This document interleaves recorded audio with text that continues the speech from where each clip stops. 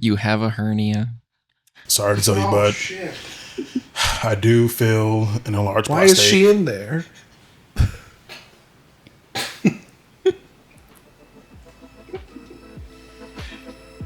So anyway, Devil May Cry.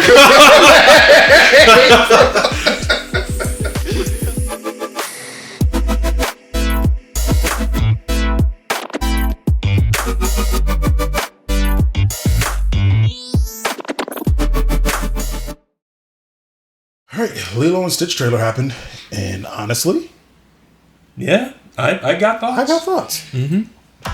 Extremely disappointed. We have apprehended a dangerous experiment. Where is he? He escaped. He's trying to find the police cruisers. He took the red one. What hideous planet is caught in your crosshairs? Shooting star! I wish for a friend. Like a best friend. I can't believe she's not a white male. What the hell?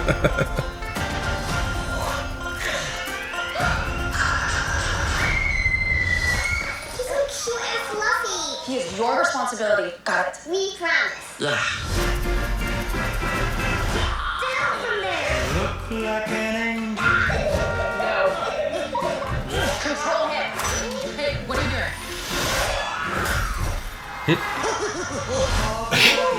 No, dogs on the table. You sure that's a dog? Yeah. Rough.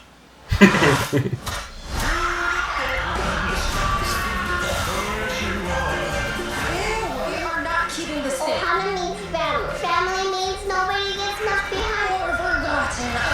Ooh. Stitch that. Sometimes family isn't perfect. That doesn't mean they are good. That was close. I don't think you're supposed to drink that.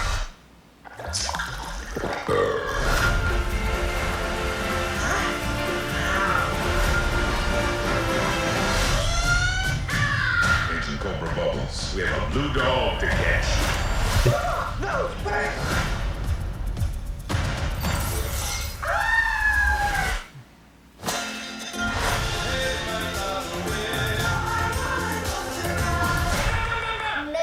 I'm gonna give you to the count of 3, Stitch. 1.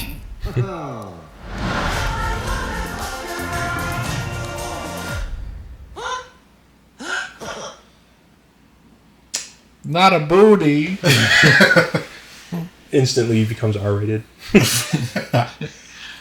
But yeah, Where's the fucked up character model? Right? Yeah. Where's the shitty looking casting? Where's the unnecessary changing of... Why does it look good? yeah, it looks pretty good. The only thing, one of the very few things I can say right now, and it's kind of an unfair critique because we still don't know how it's gonna be. There are times, at least in this trailer, some of these scenes where it seems like the actress for Lilo, I don't know. I don't know. Isn't Not acting, the greatest child actor. but it's like it's a kid, Right. and it's Yeah, you It's a know, child actor. it is a little stiff.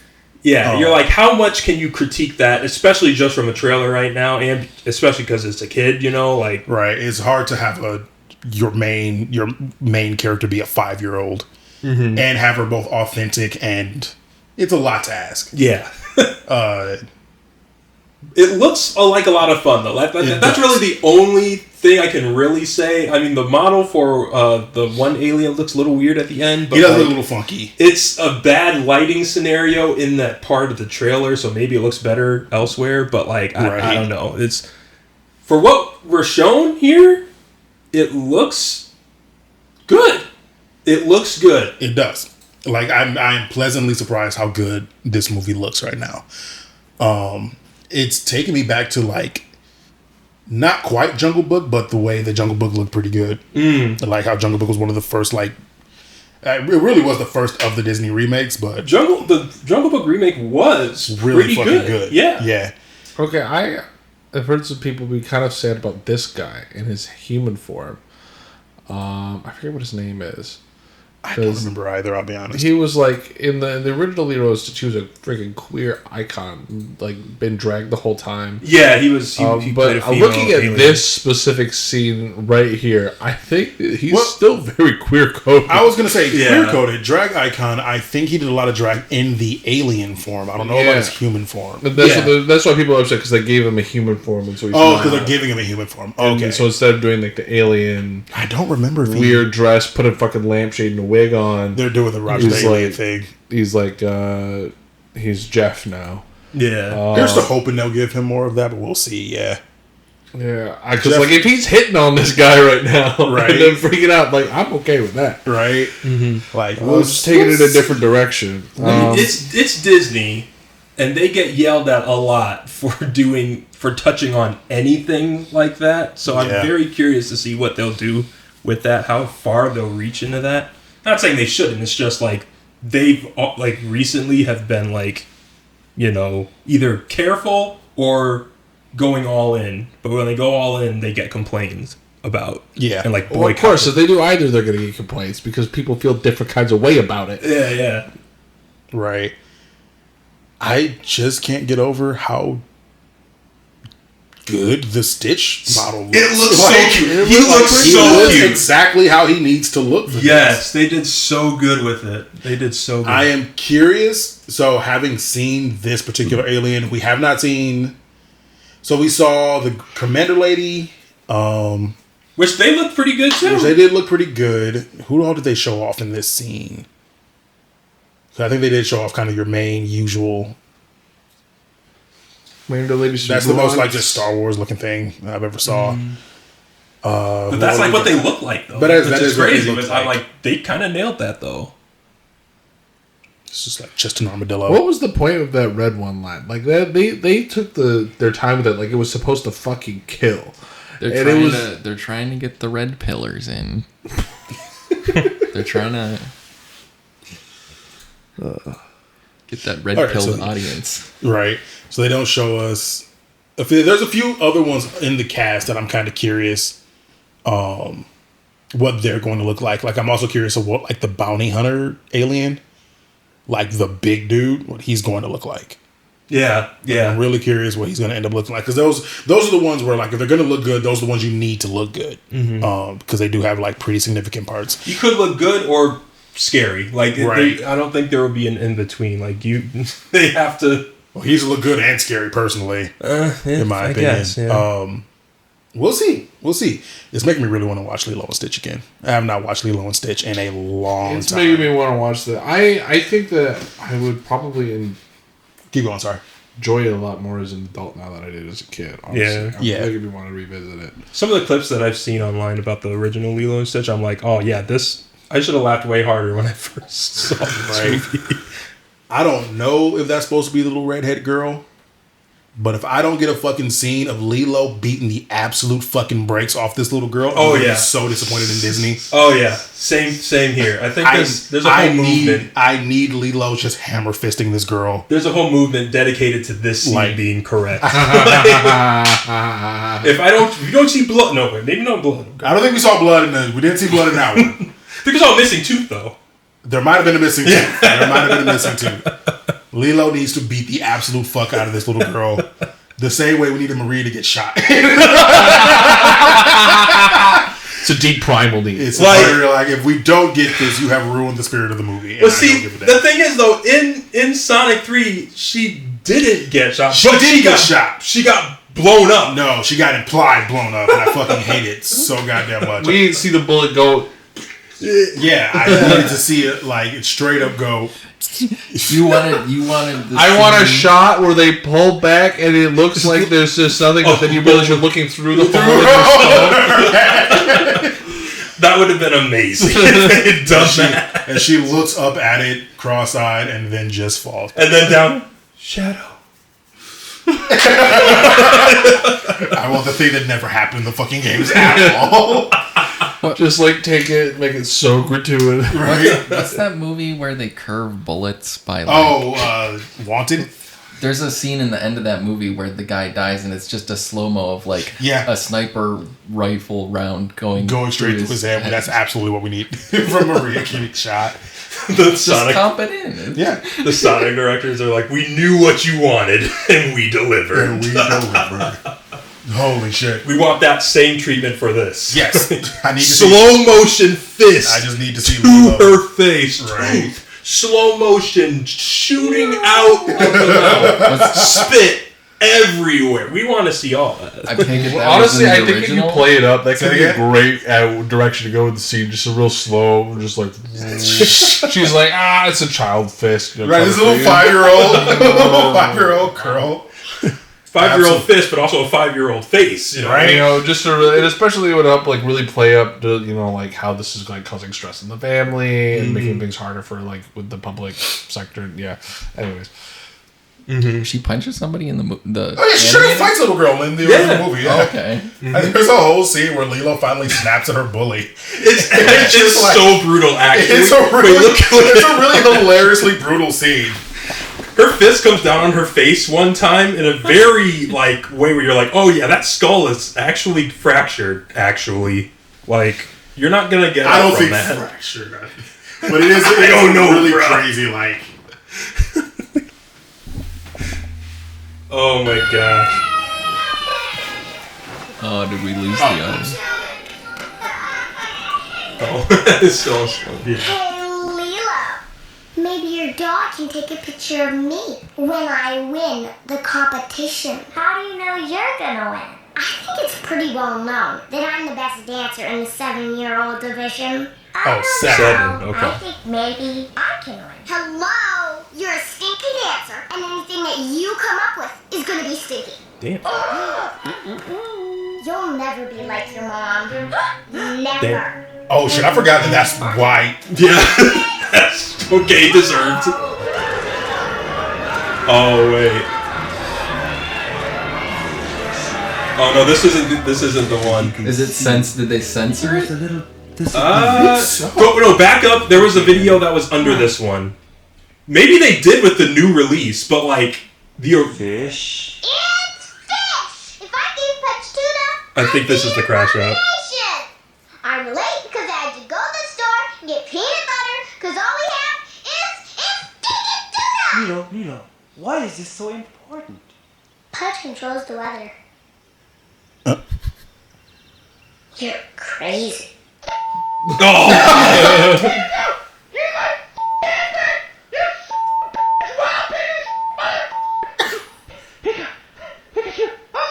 Did they? Oh no! There it is. There it is. Original.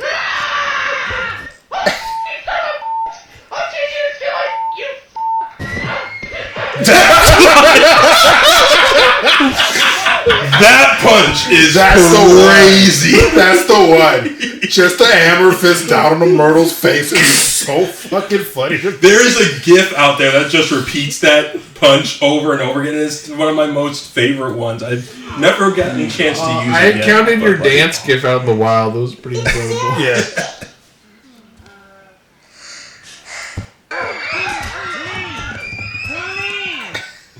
You're crazy.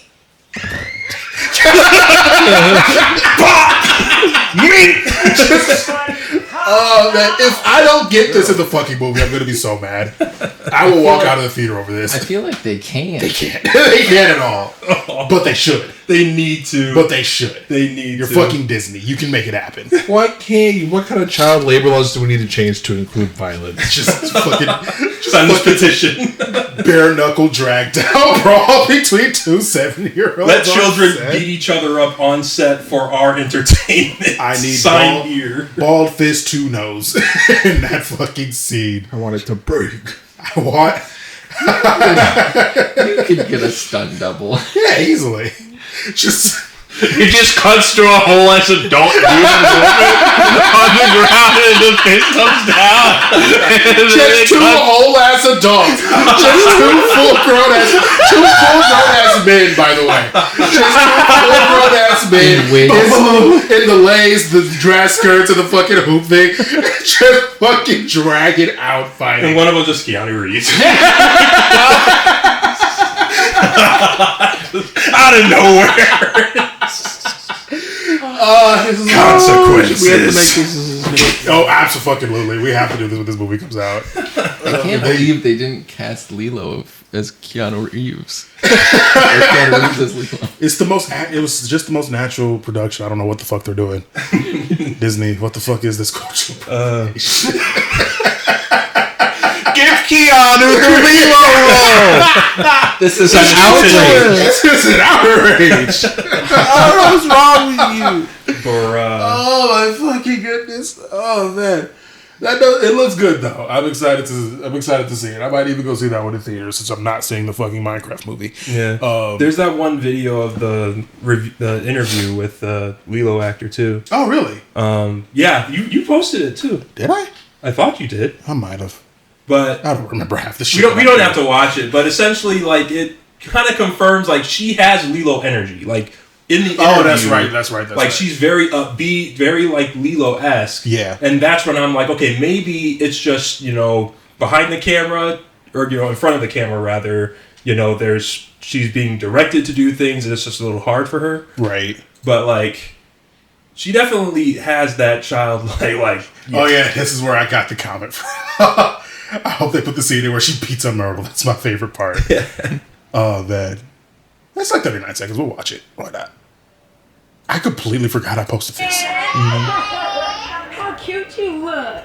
Okay, so this is your first big premiere. How are you feeling? Are you overwhelmed? That dress is adorable. Well, I'm not really overwhelmed. I got a pretty big butterflies, but now I'm like, oh, it's just people that I'm just going to be talking to. You see what I'm saying? It's just people. That's it. And everybody's so excited to meet you, knowing that you are going to be Disney's big movie for next year. No way! You got a whole year. It's kind of crazy. I didn't hear anything about this until this year, because this was... Yes. Absolutely. This interview was from last year. But I don't follow. So cute. She is right? She is so adorable. So I'm like, I'll give her a pass because this is just the trailer, and like maybe the scenes that they picked maybe didn't show off certain, strengths of hers, right? Yeah. So I'll just wait. But overall, I'm excited for it. Looks good. Right. I would also assume that the stuff filmed from the trailer is probably earlier in production, so probably her still getting her feet wet and getting kind of worked into it, and probably gets more comfortable as they go. Personally, I'm expecting an Oscar-worthy performance from this child, so anything less. She will be hearing from us. Anything less, we riot. We'll be writing very strongly. Not at least nominated. If you don't get a nomination, I will break your spirit. So, Best child actor would be an interesting category. that sounds terrible when you say it out loud. I did. I said it, and then I was like, No. Not even like you saying it out loud. Like the title "Best Child Actor" for some reason sounds so bad.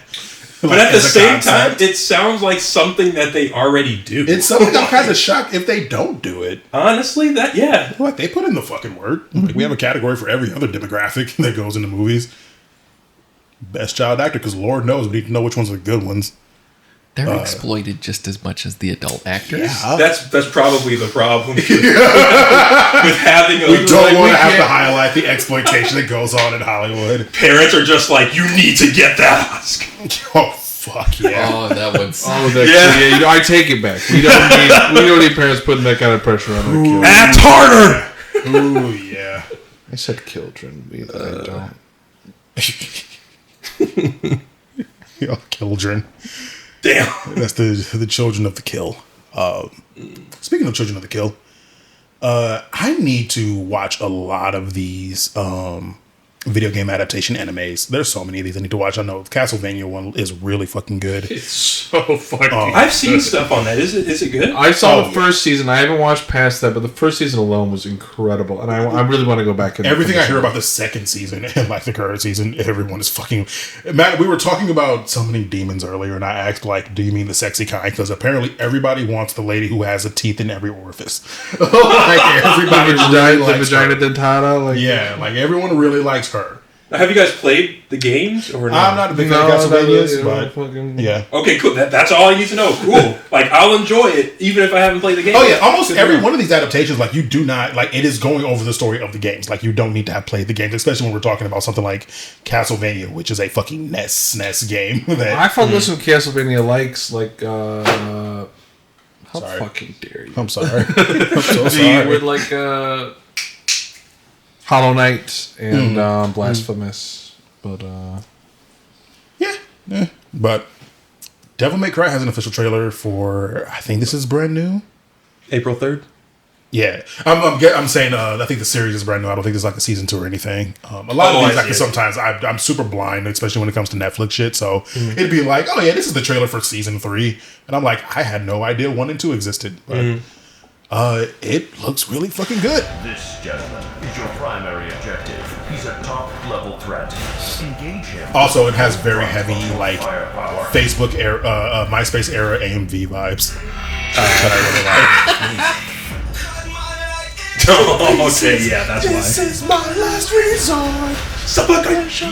No. And the threshold of a new age. Age of the demon. Is about to descend on this city, causing unimaginable death. Unless Dante comes to meet us first. Me against an entire army. Sounds easy enough. Let's dance. So many teenagers are gonna like this so fucking much. Oh yeah. Like, there's gonna be a whole new generation of edgelords learning about Devil May Cry. He was the entire army. Did he just... Yeah. What I love is that I've never played the Devil May Cry games, but I've been very adjacent to them. I'm fairly certain that's something he does do in the games. Just use his motorbike as a fucking melee weapon? Yep. Yep. I'm not one of them. Damn. Rip's an irresistible dreamboat, I know. You still can't just tear a guy's clothes off. Oh no, he's hot! Oh no, he's hot!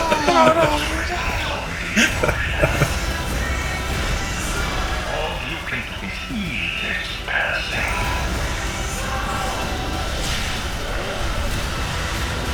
I'm kind of careful of 3D in that scene. Yeah, I saw that. Leaving so soon? We have much to catch up on. And of course they have Virgil. Oh no, he's hot! Oh yeah, no, they're all hot. They're a lineage of hot men. Lineage of hot men. Yeah. That's just rename the whole series to that. To Lineage of A lineage of hot men do gung fu. Yeah, quite literally. That's the perfect synopsis of the Devil May Cry series. It's just a lineage of hot men doing gung fu, and that is the entirety of the Devil May Cry series. I can't believe they didn't cast Keanu Reeves. If I don't get a Keanu Reeves cameo, I'm going to fucking riot. I was literally thinking about this the other day, how much fun it would be to get like a series based around Devil May Cry, and just like, it's amazing it took this long. You know, especially if they can fully capture like the stupid acrobatic like I mean, we saw bro with his motorcycle melee weapon. So that looks crazy. I am deeply encouraged. It is 100% Dante. Like, you are getting the Dante yours. Like, this motherfucker grandstands so much those games. Like, this is 100% like proper Devil May Cry energy. Yeah, no, it's looking really fucking good. And you good? One more. Encore. All right, your balls feel good, sir.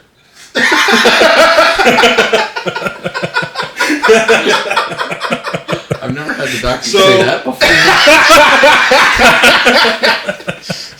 a minute. We just fully revisited a conversation we've had in the past about funny alternative to saying when somebody's like sneezing or like instead of like bless you, just the encore, your balls feel good. I think we hit every single one of them while I was just having that episode. I just want you guys to know that.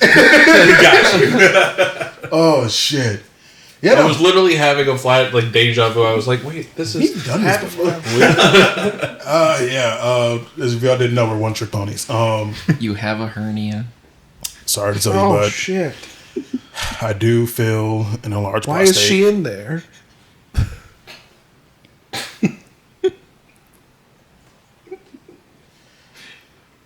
So anyway, Devil May Cry.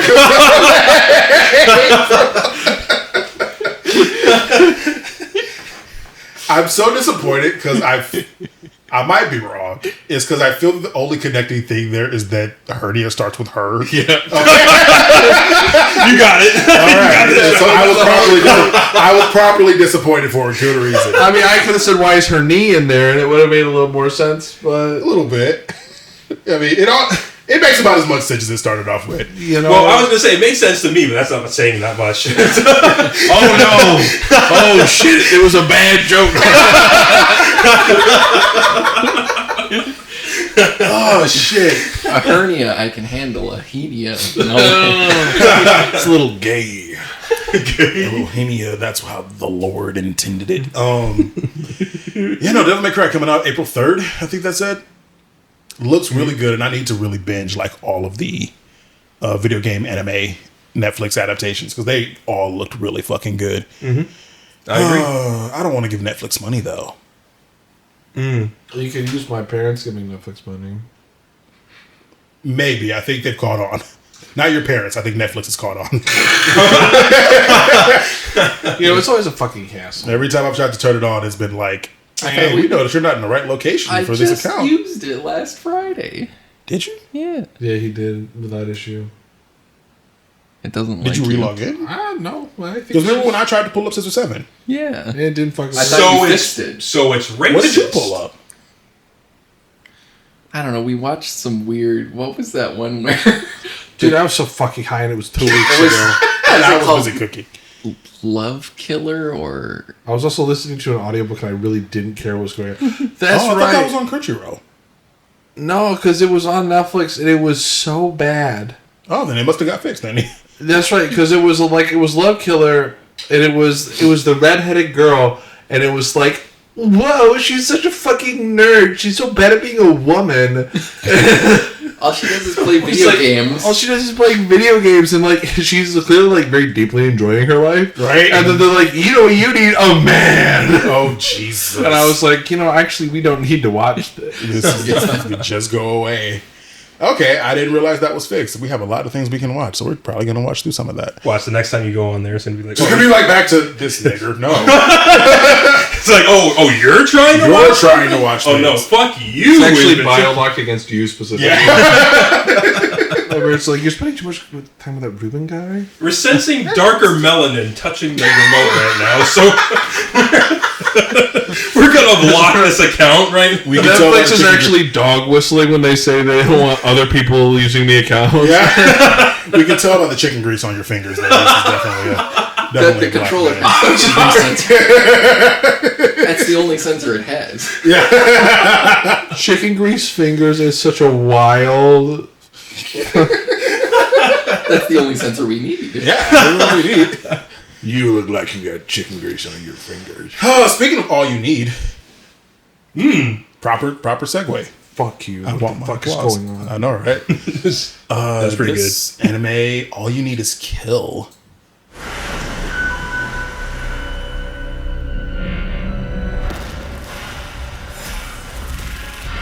I fucking love this weird shell. Shell. Fuck. Never mind. I give up. Cell shading. No, I gave up already. Damn. I wonder what he meant.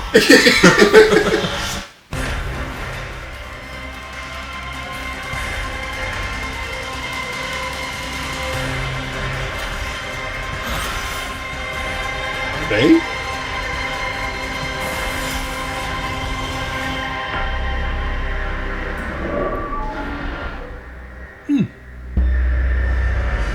Studio 4C. Ooh. What do they do? So they do, shoot. Maybe I'm thinking of the anime Blood C. Blood C plus. Blood plus C. What Blood is the C egg plus, one? yeah. I just think it looks gorgeous. It does. It looks it really was good. reminding me of Wonder Egg Priority a little bit. Which I know I haven't watched a lot of, but I know is fucking gorgeous.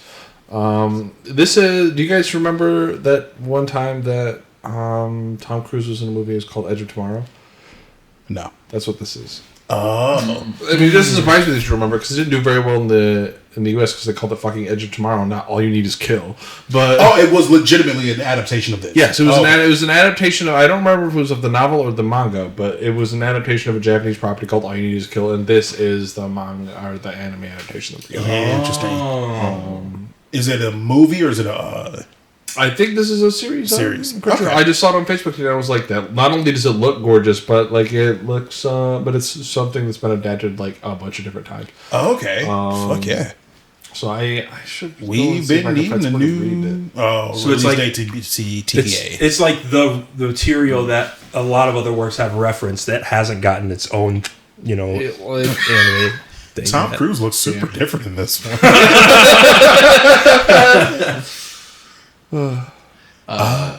Studio 4C did Tekken Concrete, which is the only reason I know about him. Say that one more time. Tekken Concrete. I don't know that. I referenced the art for that a lot for my capstone. Oh. Nice. That looked really fucking good. Looks like we don't have a release date for it just yet, which I'm going to assume means probably next year.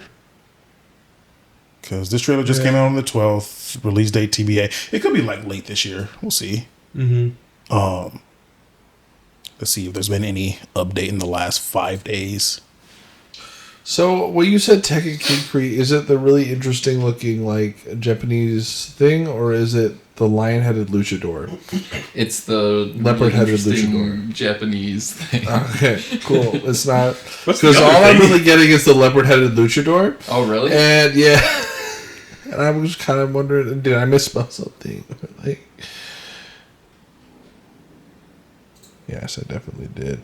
I put in Tekken as in TEKKEN space King space KREET. Oh, it's a film. Oh, it will be a film. Sick. Oh, fuck yeah. Wait, so it's a movie? Yeah, it looks like it. Oh. At least that's what this article Unless there's is some saying. like just funky translation wording going on. This is Crunchyroll, so yeah, it looks like it's gonna be a movie, which makes sense, I guess. If I fucks with it. I fucks with that. I mean, it depends on if they follow everything, which true, because I am up for a new anime series to start watching. Yeah, and a fuck ton of old ones I need to go back. We're gonna be picking up Dandanon in a couple months. Oh, that's right. Yeah, it's coming back. Dandanon is coming back soon. Probably just in time for Solo Leveling to finish up. One Piece is coming back too. Oh, is that on break right now? It's been on break for like 5. Well, like new episodes with the new arc is on. Is that how the dub finally? We'll talk about that actually. Me and you should probably catch up on that. Yeah, we probably should. It's about to get crazy. Okay. You say that like it's not been crazy. It's I've definitely seen some clips every once in a while. And I'm like, holy shit! It's about to get crazier. Oh my god! You need to catch up on that. It's just gonna keep fucking escalating. I can't wait. Right, same. Yes, we'll probably end up catching up on that. Which we got like a slot open now to start watching. Yeah, so All You Need Is Kill. Look out more for. We'll probably bring up the date on that if whenever we hear an announcement for it. We got one more anime trailer to go through here. Yeah. And this one is for the Darwin incident. Let's see what this is about. Oh, sick. Oh, no.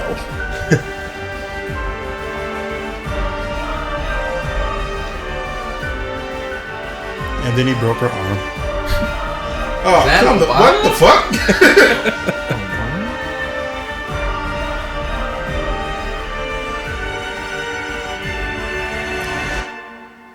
I swear to God, if that black dude is this monkey's like guardian or some shit. So 2026. This kind of surprised me. I don't know, a while ago, maybe like, half a year ago to a year ago. I like read a couple chapters of this, of the I don't know if it was a manhwa, whatever it was. I This just has saw got manga written all over it in terms of the style. I could be wrong though. Yeah, I at the time I had no idea, but like I saw something on it on social media, and I was like, that looks interesting. And then I read like a couple chapters of it, and You read? I know I rarely do that. But this story was kind of interesting actually. And from what I read, they had more chapters I just didn't read. But from what I was able to gather, yeah, this is like a hybrid of human and, monkey.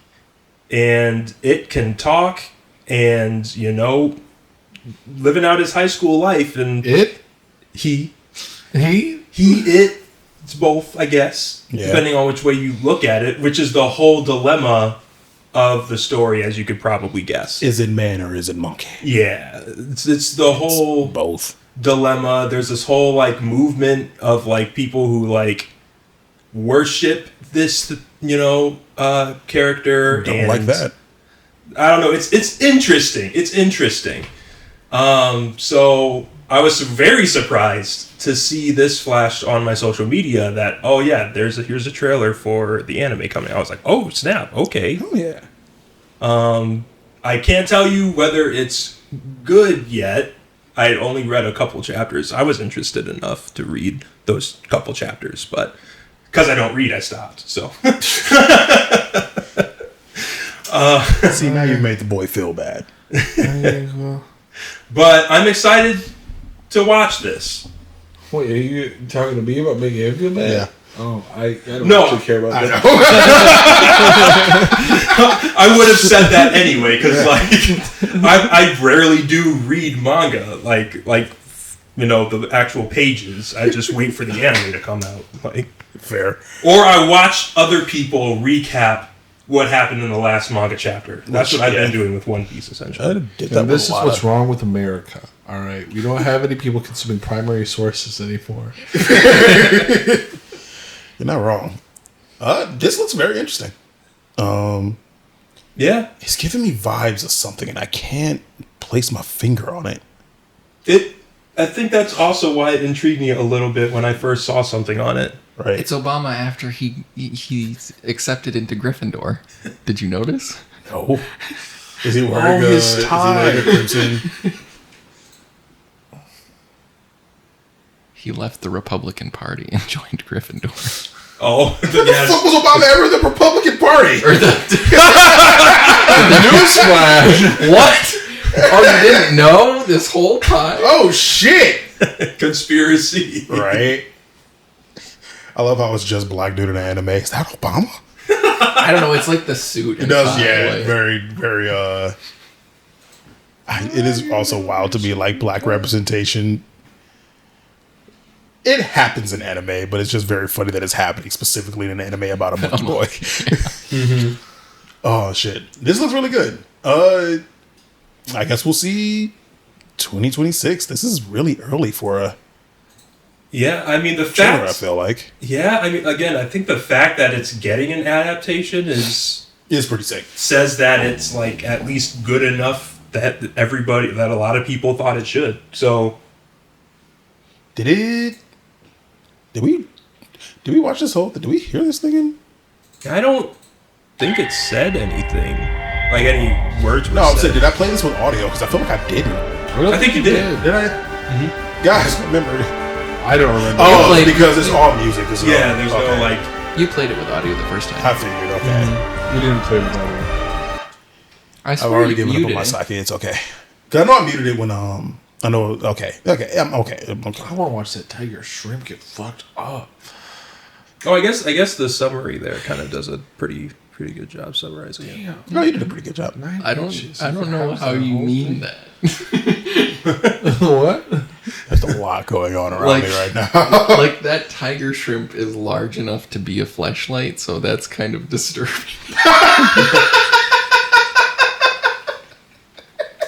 Bruh. All right, we're gonna take a break, and we're gonna watch this 9-inch fleshlight get fucked up.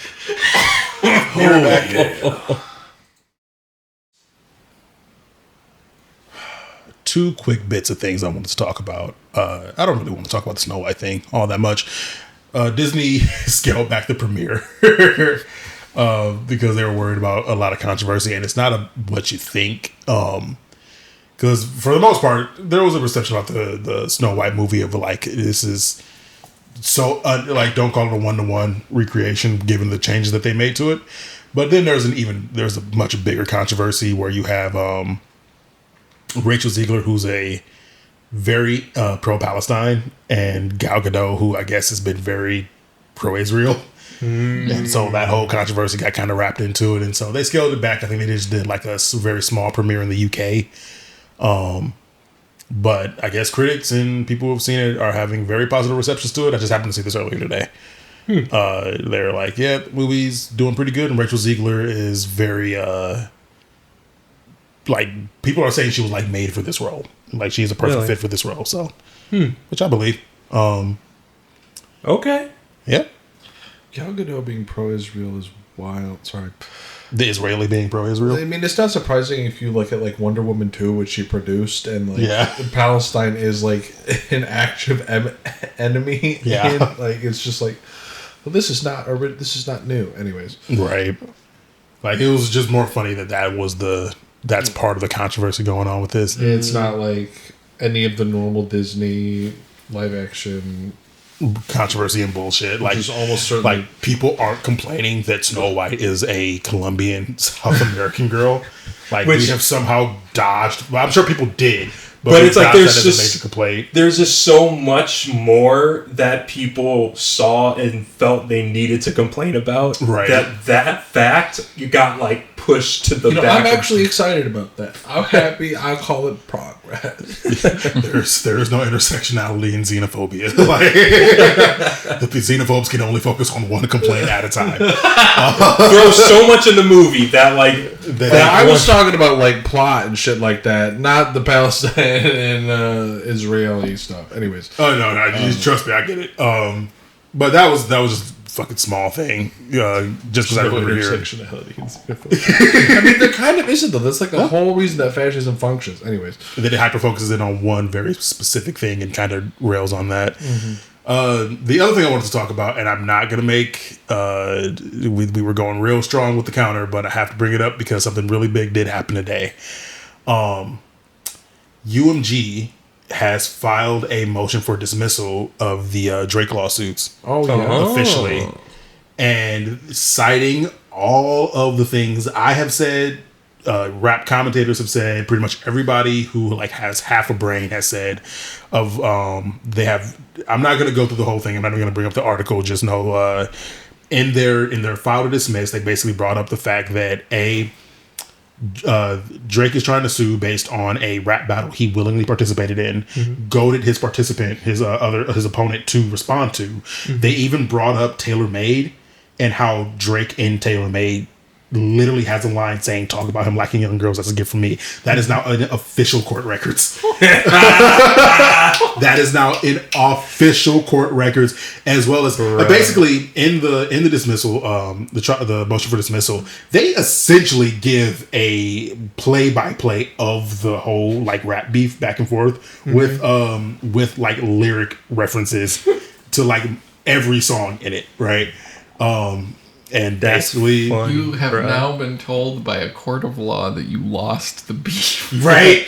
So we'll see. We have to get an official ruling. Congratulations. I would like to file a motion to lose. Yourself. The court of law judges that you played yourself, right? Literally. So we'll see if we'll see what comes of that. Like that, I literally just heard about that today. Wow, and that's going down. If y'all want to read, you can find the motion on the internet. Excuse me, Screwface John does a pretty good like first part reading of the whole thing. It goes through it. is just really fucking funny that we now have talk about him like in Young Girls. That's a gift from me as an official like thing in the lawsuit, because it's like, the fuck did you expect? Of course, like it's the easy, like it's the most ultimate defense of like, I can't believe he called me a pedophile. Motherfucker, you called you a pedophile. You told him to. You told him to call you a pedophile. What did you want? You said, do it. I bet you won't. And then he did it, and you're like, okay, fine, I will, I guess. I can't believe you would do this. I can't believe you. Smack me. How could you smack me? Judge, did you see that? Did you see this? He smacked me. You just told him 10 seconds ago to smack you. As well as like breaking up all the defamatory shit Drake said in the beef and all that fun shit. So like it is, people are calling this UMG's Euphoria, UMG's Meet the Grams. UMG's Bruh. Wow. It is. Nothing really gets the public going like a well-written court case. Right? Like, these days? In this year of our fucking Lord 2025, the public is on the corporation side. Is a crazy thing you don't expect, but Drake found a way. Then you really gotta fuck that shit up. You have to fuck that shit up bad for people to be like, yeah, I'm on the mega corporation side on this. For you to be worse than a corp. Right? And like, don't get anybody, like, don't get us wrong. Everybody was still like, yeah, no, UMG's definitely evil. We know. Like, we're not. The fact that Drake and Beef are under this, Drake and Kendrick are under the same company is insane. It's absolutely wild, right? Which also like led me to learning just like how weirdly intricate all of that shit is.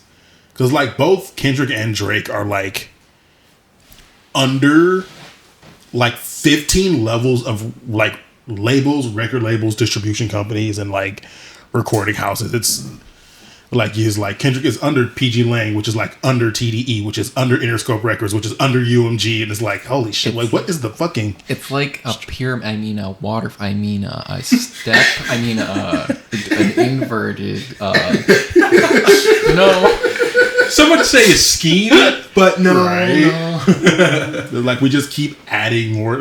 It's absolutely the thing of like you start creating a folder to like house shit, and then you keep creating more folders, and each one of those folders starts getting more subfolders. Yeah, and it's like Jesus, all inside of one big folder called UMG. Yeah, pretty much, right? Under my garments.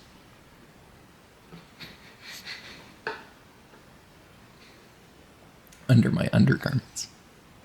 UMUG. Say what? UMUG. Oh. I didn't get that he was going for the acronym. Yeah, he was going for the UMG, the acronym. That was the joke. That was the joke. Pretty proud of that one. It was pretty good. It took me a couple days to come up with that one. He's like, I've been mulling on that one for a while now, guys. Ever since we started talking about it, I was like, UMG, there's something. I'm mulling on that one for a minute. Oh yeah, no big conversation about it. Yeah, Drake is. People are saying he's officially cooked. He's been cooked. He's been cooked, but it's about to get burnt. He's not legally cooked. At this point, he's burnt. I can't wait for. I'm kind of hoping he continues to like. I hope he quadruples down. Like I hope they just go. They want to go forward with this. Quadruple. Yeah. Like I hope he like fights this shit to the end. Don't mind me. He's just the fucking aloe plant that's just slowly dying. He's doing okay with no sunlight access. Where am I going to put it? Look, he's in the kitchen, outside. There's no sunlight in the kitchen. Outside it's a fucking Michigan dog. Sure, we have been in the middle of fucking December. His caresses are the only thing keeping him alive. Just perks itself. Just back dusting up. it.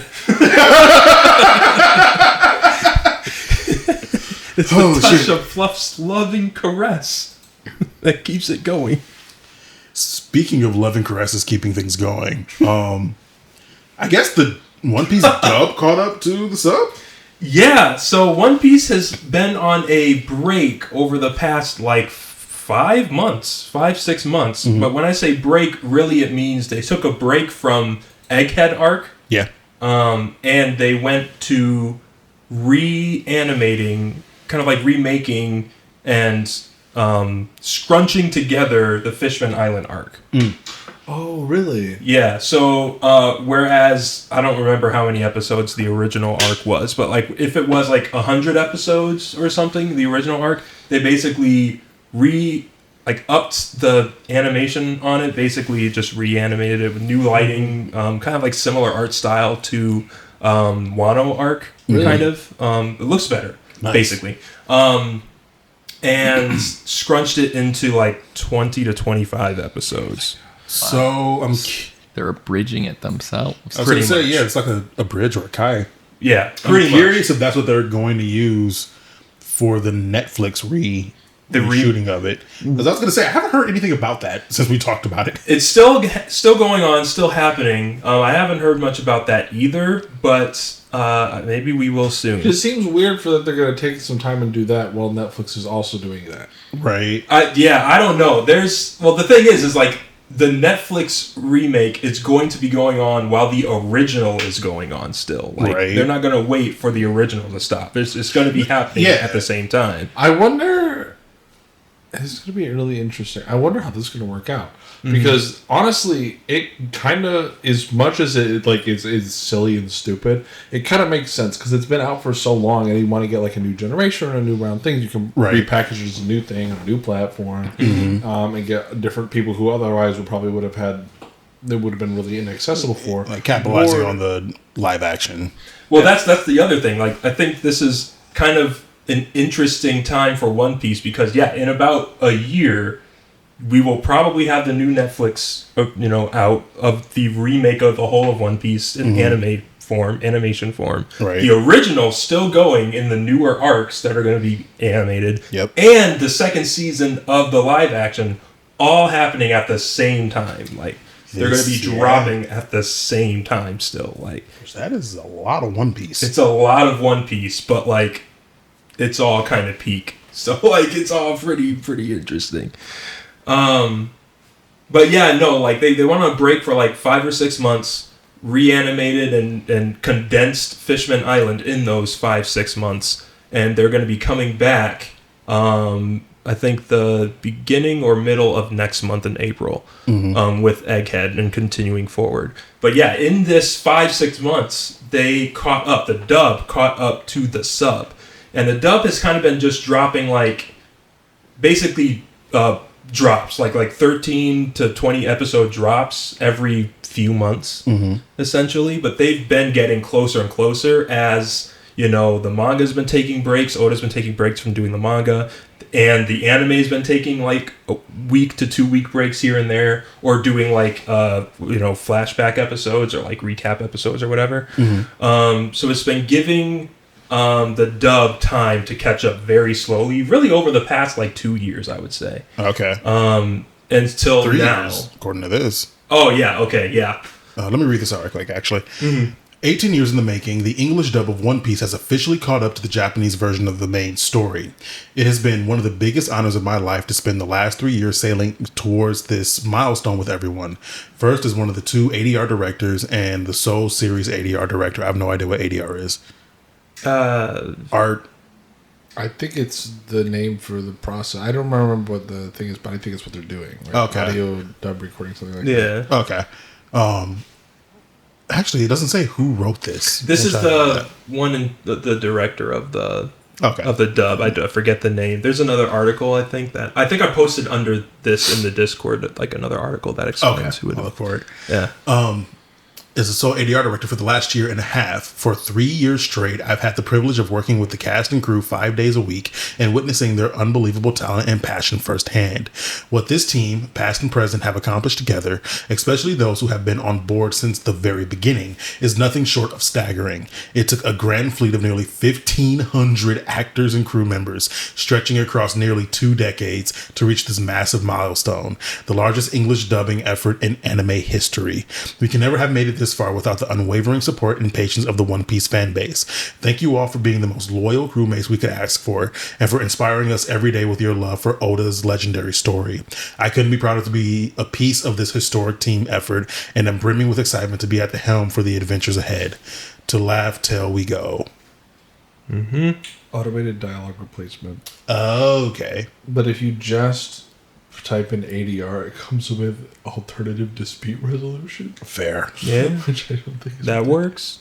Oh, people are calling for simuldub? And I Which would be think crazy. that I don't know. Maybe that happens. I mean, if it's caught up, there's no reason not to. Right. That's the hope. We don't want to, say it's going to happen. But simulcast, but whatever. Well, no, because simulcast is different, actually. Is simulcast just specifically casting on multiple services at the same time?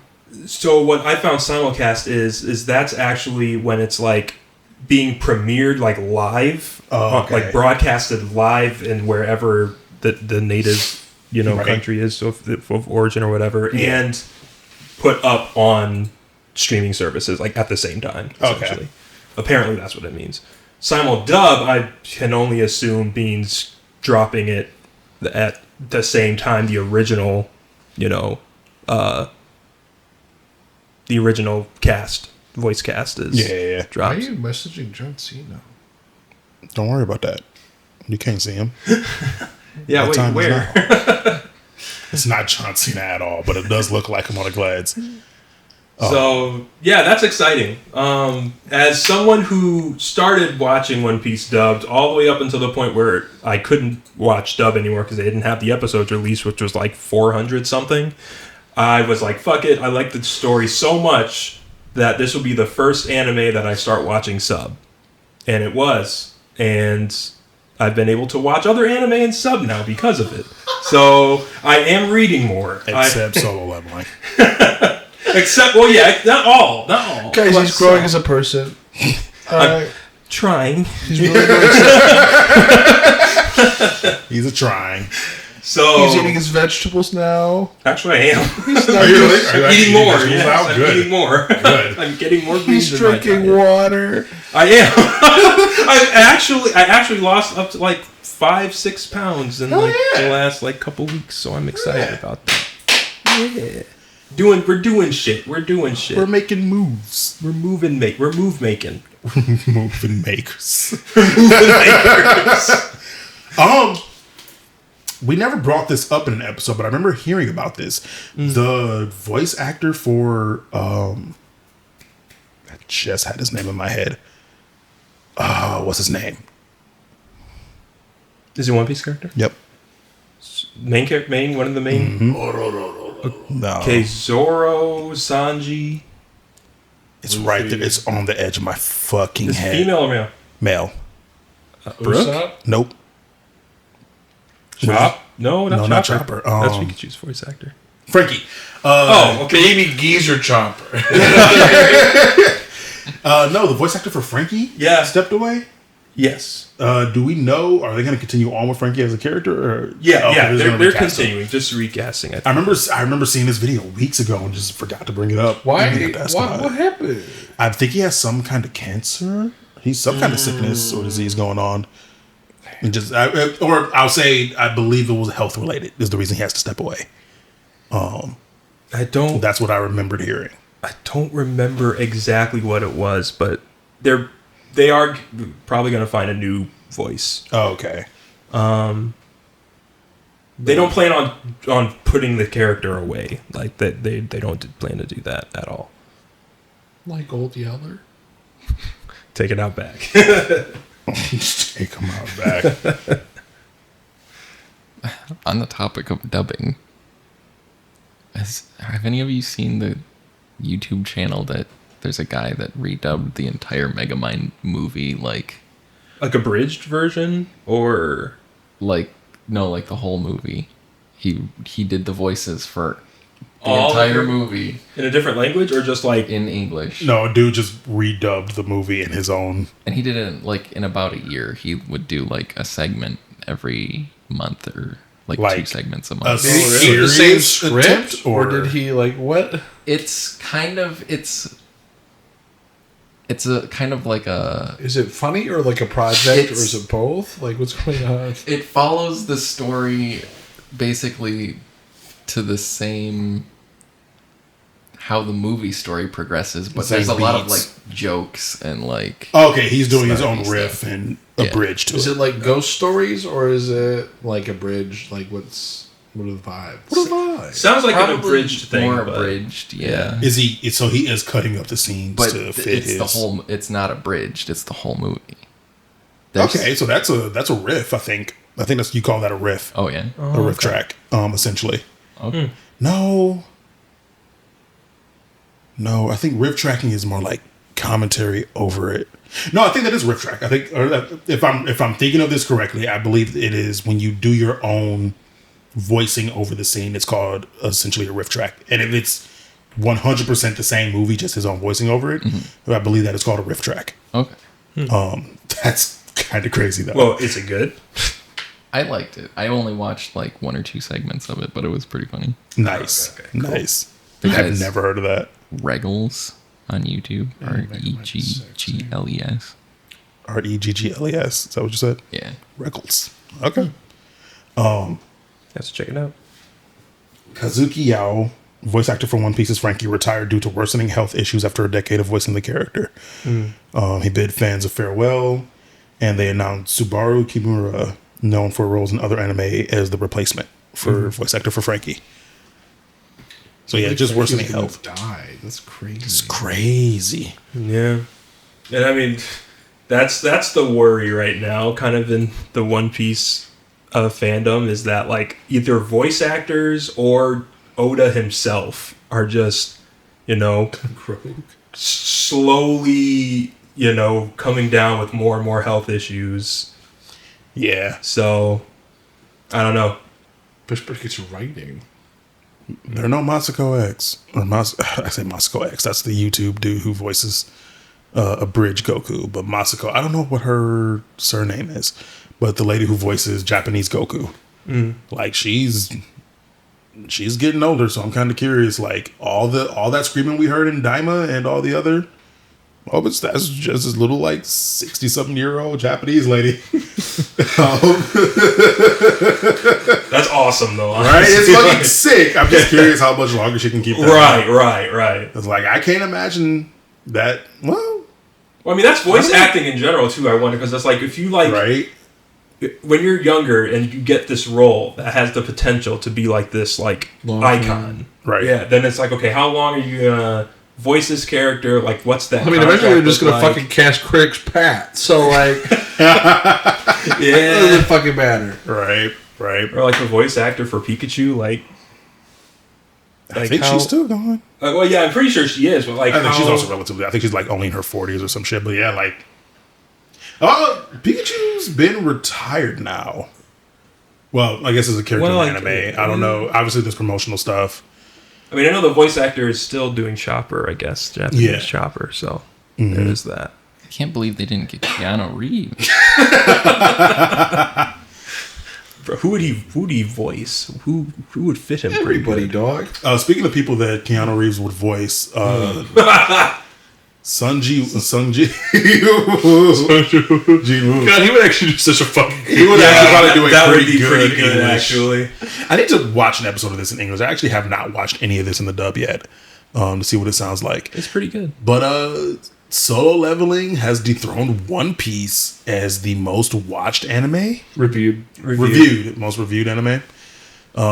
You could argue also like most anticipated, I guess. Right. So this is coming from Forbes. Solo Leveling is not just the most popular recently released anime. It has now set a record that seems about almost impossible on its home network of Crunchyroll. As it stands, Solo Leveling just passed One Piece, which has 1,100 plus episodes, by having the most overall reviews on Crunchyroll, surpassing One Piece's 596,000 reviews with its own 603,000, and it's still climbing. Which is ridiculous. That is wild. That is actually fucking wild, but well deserved.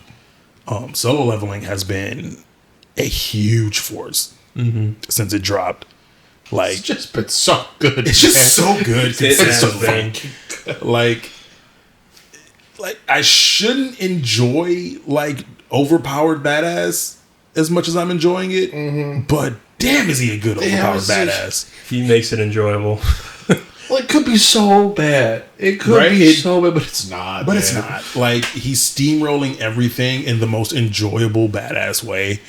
The real fun part about how we watch it is that because we don't watch the new episode until a Friday, we watch the new episode and then a brand new episode comes out like 2 days later. And so for the rest of the week, I'm just getting solo leveling spoilers all over the fucking place. Where do you... I don't get it. I don't see anything about solo leveling. Do you watch through Facebook video reels? Oh, that's right. No, yeah. Like, that's the funny thing. That's the only place it comes from. Like YouTube, TikTok reels don't do that. Well, TikTok a little bit. I do get it from TikTok, but I think that's just like Facebook's not algorithm being algorithm. I mean, I'm in so many different Facebook groups of like anime like lover groups that I see spoilers for like all the more popular anime shows all week. My shorts and my short form algorithm just knows I like this kind of shit and will present it to me because it knows I don't give a damn about being spoiled. So yeah, I guess I would probably block stuff like that. So right, like so I see, and it's not spoiling major shit. I don't think I've actually been majorly spoiled on anything, but I do like I get to see like some key moments from the next episode, the one we haven't seen yet, and it's always like, damn, I'm always so excited to see this new episode. But hell yeah, congratulations to solo leveling. That shit, it's doing numbers. It's doing fucking absolutely like it's moving units. And apparently too, the one episode, the one spoiler alert, kind of. The one it was worth it episode. If you know what I'm talking about, then I won't. And spoilers don't matter. No, we definitely know what you're talking about. I just can't immediately think of the one where spoilers where he wakes the mom. Okay, yeah. Like that was the last dubbed episode this past week. And I watched that. Apparently, it like is the top disliked episode. Really? I don't know if it's like the top disliked episode on Crunchyroll or what. It beat some kind of record for most disliked episode. Is it just because it's kind of a slow one? But it also has a shit ton of likes. So I think it's like maybe part trolling, like people trolling. But okay, could be. I don't know. It's just an interesting fact that I saw, and I was like, why? Huh? Yeah, it's weird. Like look at. I was gonna share something on that, but I was like, I don't know enough about how. It's one of the only times Jinwoo's like genuinely vulnerable the entire series. Right. But apparently people didn't like that. That gave me the ick. So soft. Okay, so solo leveling was disliked episode. The 4-digit dislike counts for episode 21 and 22 are among the highest since episode 7.5 in season 1. How to Get Stronger, having an incredible 81,000 dislikes, easily outweighing its roughly 61,000. Controversial. Like we were watching it and I was like, I really hope they let him wake up his fucking mom because I'm so over because I fully expected, and hopefully we're still in spoiler territory if I didn't see that already. I 100% expected for them to like, because they showed the kid who's the son of the president of a guild, the one who's been working with Jinwoo. Yeah. Because they showed his dad coming down with the sickness. Get up, come on, get down with the sickness. And I was thinking about the same song. Like they showed him getting the sickness, and so then they did that like as Jinwoo was about to clear up the dungeon where he gets the last piece for the potion, right? I fully expected them to come out and basically Jinwoo, some bullshit goes on where Jinwoo goes, I guess I have to use this elixir for your dad instead of my mom who's been in a coma for whatever the fuck. That's what I fully expected. So them actually waking up his fucking mother, I thought was fucking fantastic. Yeah. I mean, like, what I did see of the episode before I watched it, it made it seem, I was like, oh, a lot of people disliked it. Maybe, like, he tried it and the mom didn't wake up. You know, I'm like, oh, well, shit. Or some shit, right? But she did, and I'm like, okay, why do people not like this? Yeah, like... But then, your point with the elixir, though, it looked like he made 6 of them. Or like he has... Oh, did he? That's what it seemed like in his inventory. It said like 6 elixir of lives. I was eating at the time, so I was not paying a lot of attention. But Fluff shook his head no, so I don't know. I don't think so, if I remember correctly. Either he has the ability to go back and get more, or he does have a limited number of uses. I don't remember specifically. Weird. Maybe I misread that then. But okay, yeah, the 7.5 was a recap episode, and that was the most disliked from season 1, which makes sense. Were not strictly recaps or fillers. They did serve to similarly slow the plot down, focusing very little on protagonist Sung Jin-woo's battles or physical growth. Instead, Jin-woo got a cathartic moment as he and his sister Gina were reunited with her mother. Do you motherfuckers just don't like happiness? Is that the problem? Apparently. Is this what would have happened if Batman was ever happy? Yeah, probably. yeah. You can't let people have emotional payoffs for their hard work. Right. Well, episode 22 barely nudged the plot forward as the Korean and Japanese hunters sparred against one another, with Jin-woo's brief fight coming to an inconclusive end. By showing him crying. Is that the major issue most people have with the main character, Jin-woo, crying in the episode after healing his mother. Many people dislike that as they consider having that emotional moment too uncool for Min-woo. What? I was joking.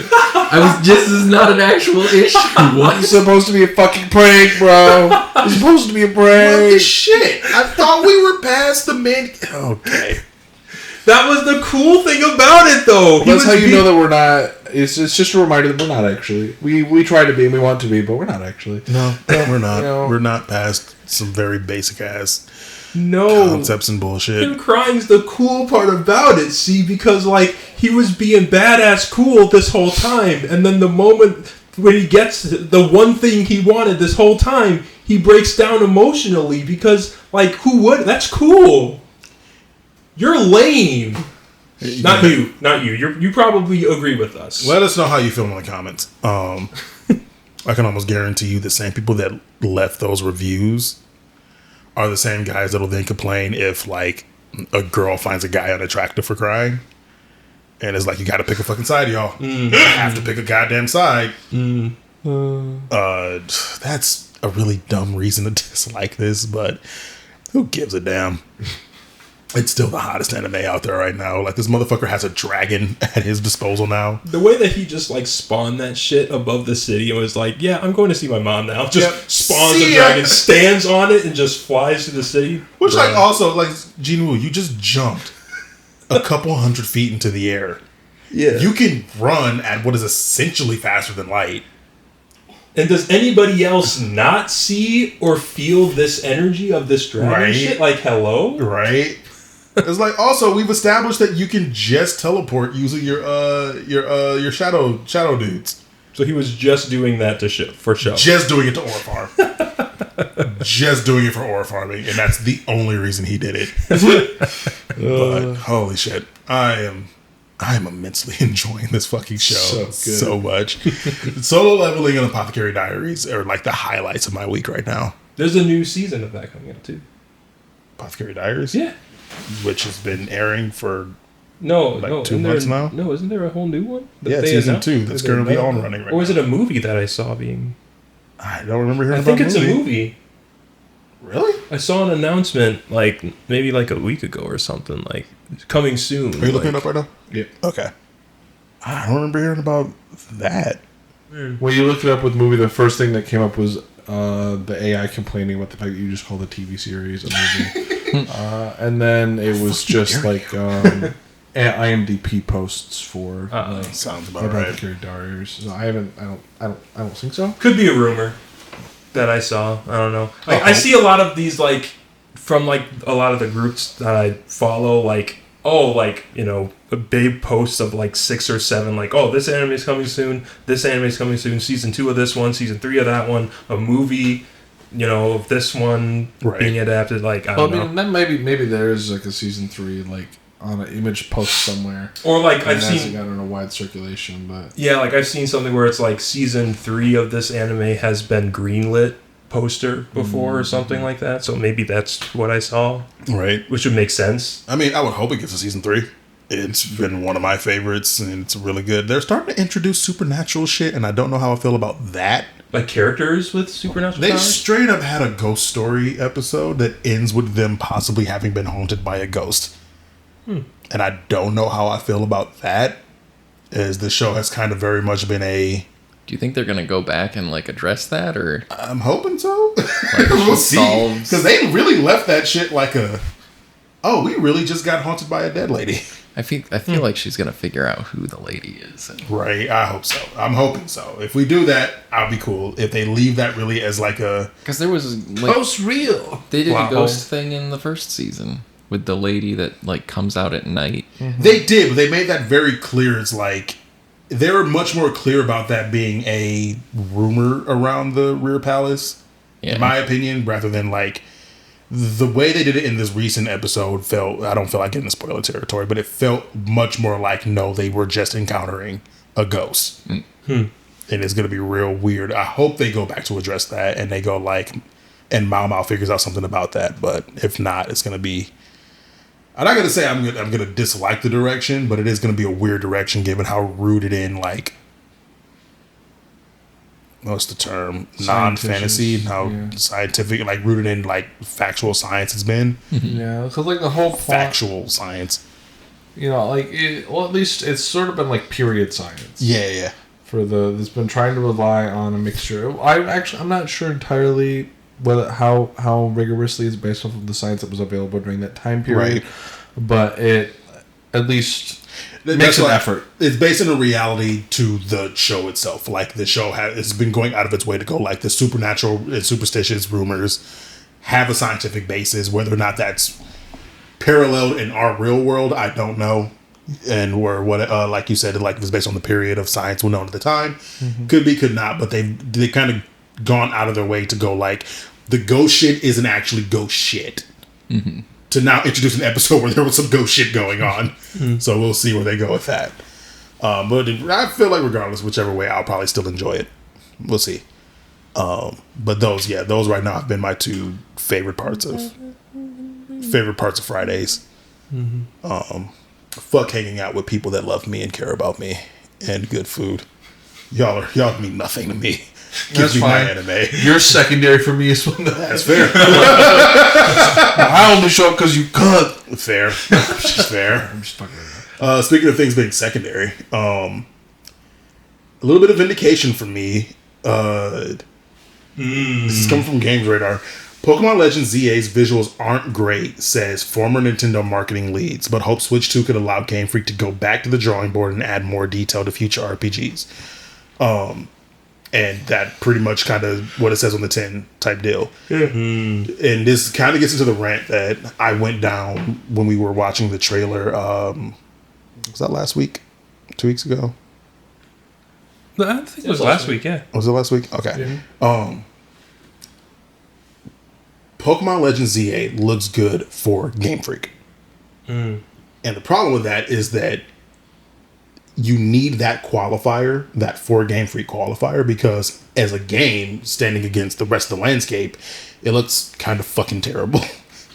Like, it's a little rough. And for a game in a series that is the most profitable franchise on the face of the planet, it should be one of the most highly polished things like to come out on any console.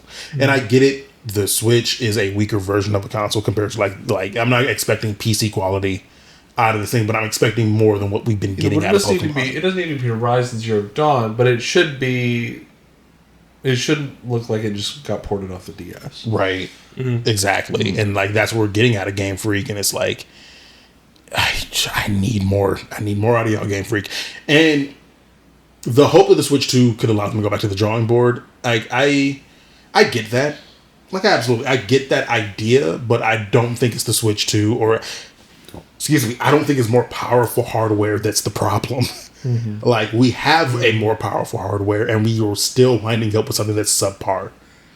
Yeah, like people are making games for the Switch 1 that look better than things that Pokemon is putting out. Right. Game Freak could make a PC game and it would look like... And it would probably still look like this. It just seems like, I don't know, they need to do something to enhance their, asset creation pipeline. Yeah, I don't think they're going to start making significant changes, though, until they see something wrong with the cash flow. Exactly. Yeah. Exactly. At the end of the day, their bottom line is well secured. and they're not going to have to make a change about that unless you get to give them credit, they have been making changes, albeit incredibly slowly and very behind the curve, but they are making changes. It's just, it would be really nice to see them modernize and take a very concerted effort to modernize and revamp the series. Even if they wanted to keep certain aspects, like, I don't hate the art style. Like, I don't mind the art style as the way they kind of present their creatures and their stuff like this. It's just like, you could afford to add some more detail. You can do some more optimization. There's so many better techniques you can use to keep this art style. Like, it's literally everything besides the Pokemon. Like the buildings. Like, I don't know, bro. Those buildings don't need to be chamfered boxes like they are right now. Why are those windows flat? And with the little sills for the flowers, or is that a balcony? I can't tell. Better question. Why is there just images of Pokeballs in the window? Not even reflective. It's just like blue. Yeah. Like they're avoiding using reflections at all costs.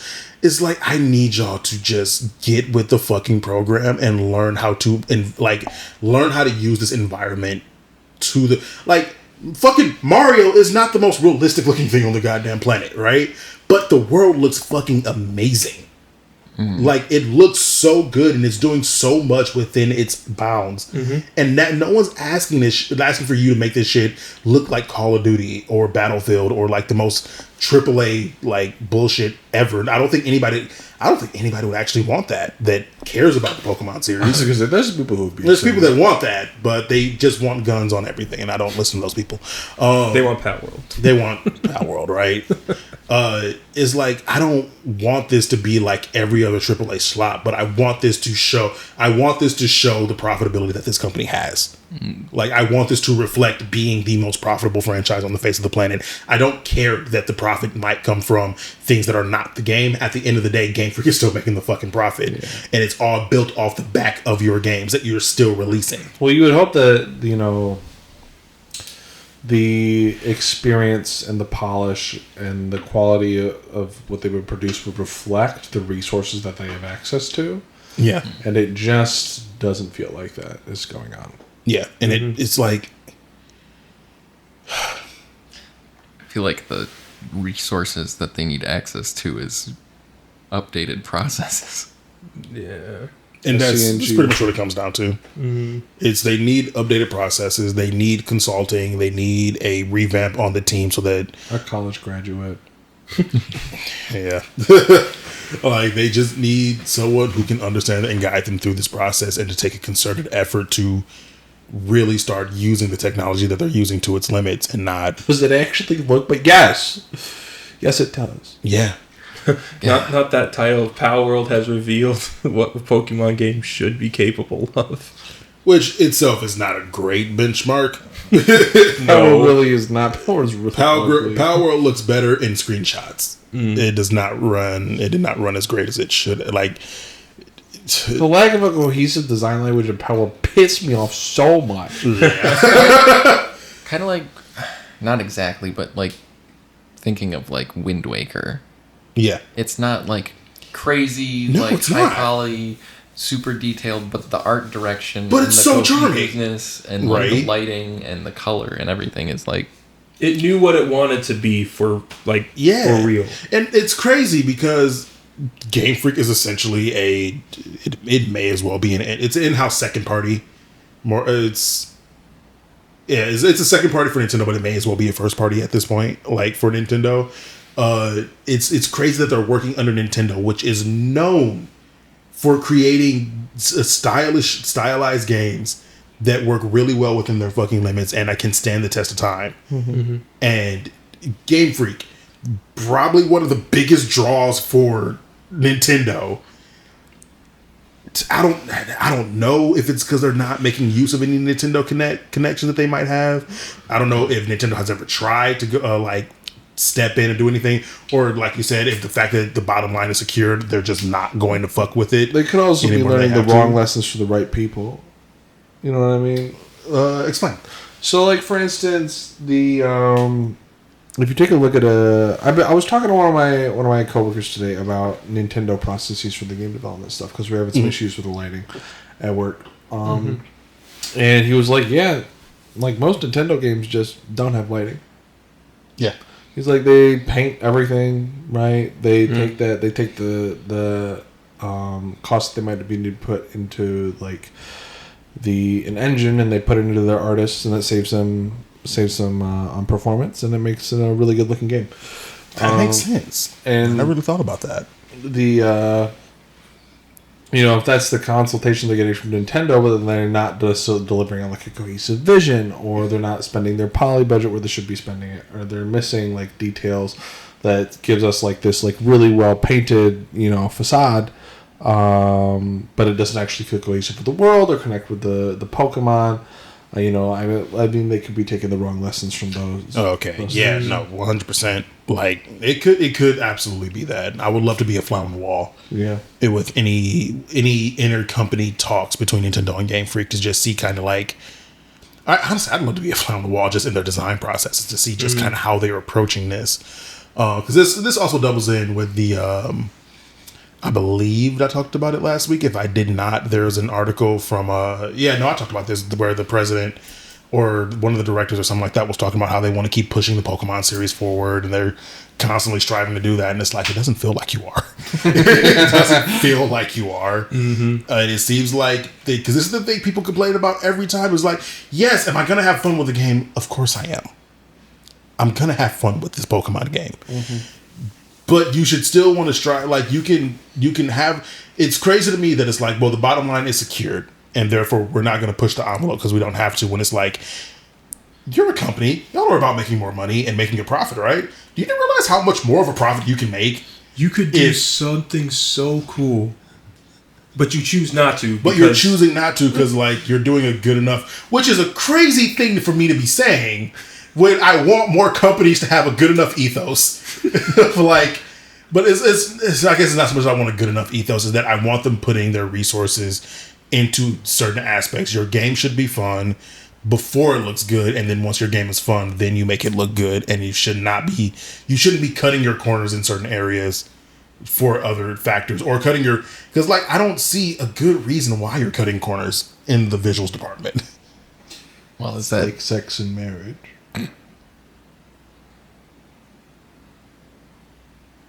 Not gonna elaborate, nor if you get it, you get it. I think it's probably just a bunch of. One nerd motherfucker in here. It's okay. He'll get it after 20 years. He'll get there. What do you say? It's probably the thing we talked about before, where it's just a bunch of artists with tenure that don't need to leave. They'll have to leave and just get to stick around. Who got that pipeline for DS and the old days, like ingrained in their brains, and it's like that's just how you do it. Yeah, that's how we do it. You make a box, you paint the windows on, and then it prints a fuck ton of money, man. So ship it. The duality of Pokemon. But it's nice to see one of the Nintendo marketing leads say the same thing. Yeah. Like kind of same thing that I was saying of like ex-marketing leads. Ex-marketing lead, right? We're seeing this from a top level of like, you're gonna be profitable, but man, y'all could look so much better. And the more powerful console will let them make something that looks better, but I don't think it's gonna be up to standard the way it should be. But maybe every day they're putting new people. I'm sure people are like, there are movements within the Game Freak company that new people are taking management positions and director positions, and I'm sure at some point as people start to, as the old guard and the executive team probably starts to die off. I was gonna try to say like file out or something. But as they start phasing out of the company, we start moving them out and we're getting new talent in. I'm still hoping that at some point we start getting more like concerted pushes to go like, is this working? Yes, we can make this work even better, and we could. It's just polish. Like people just want more polish on the Pokemon series. Like we just want the games to look like they're modern fucking games, and that's pretty much it. Like we are not asking for y'all to reinvent the wheel and be like the cutting edge of visuals or anything. We just want it to look like a game that's on a modern console. We just want it to be pretty. That's it. See, it's like I really am curious. Like what the reason is for why they went that direction. Because it's like, if it's like, it's open world and we want everything to be explored, and it's like, well, you can, call certain things certain ways so that you don't have to load the whole world every frame or something. They sort of do it. Like, you see them trying to do it. It's really not smooth. The amount of times I've seen boulders turn into triangles. Yeah. Because the character walks like 2 steps. It's like their implementation of it is based on hearing about the idea of LODs and, camera frame culling and like that kind of stuff. And they've never you gave them a description of how these things should work, and they're working solely off those descriptions and not like ever going to look up how it's actually being implemented in other games. Mm-hmm. Like, it feels a lot like Game Freak is just incredibly insular and is getting kind of trickle fed ideas of modern game techniques, but never like taking the step to go out and study them and start really implementing stuff from other places into this. But that's pure conjecture. Obviously, I don't know what the fuck goes on inside of the Game Freak development teams and how this stuff goes, but that's what as a game developer, that's what it feels like. And that's pretty much all it goes. So we'll see. Hopefully there continues to be more buzz and more kind of wording from this coming from on high, from more like top level and higher level leads and directors and stuff, like weighing in and going like, hey, I think y'all can look a little bit better, but don't let me stop you, but I just think y'all can do a little bit better. But we'll see. But we got the bag. we got the bag. Unfortunately, that's a real strong argument. Like, what sucks is that's a real good argument. It's like, yeah, you're right. What, like? It's like, hey, bro, like, if you just like combed your hair, you'd probably look a little bit better, but I still fuck though, so. Like, we got a solid B. Why try to go for an A when a B is definitely adequate? The B got me the scholarship, so I don't know what you want from me. Like, shit, you're right. You gotta want it for yourself though, man. That's the part that kind of, I realize that's the part that sucks about it, is that there was a lot of times where it's like, especially back in high school, like old friends of mine that were like you could treat girls a little better than what you already are, but it's like, but you were handsome enough and they let you fuck. He still so like, gets what the pussy, fuck? so what like, the fuck can I say? Yeah, it's like y'all say y'all want him to be better and y'all want me to talk to him about being better, but when I talk to him about being better, he's like, I get the girls I want anyway. And I'm like, well, that's a real strong argument. Like, I don't know what else I can say to that. Oh shit. Nintendo's opening a second Nintendo store. This time in San Francisco. For the longest time, it's just been the Nintendo store in New York. Why haven't we been to New York yet? We've been talking about going. I thought there were. I guess I didn't think about this. Am I thinking the Pokemon Center? I know there's the Pokemon Center in New York.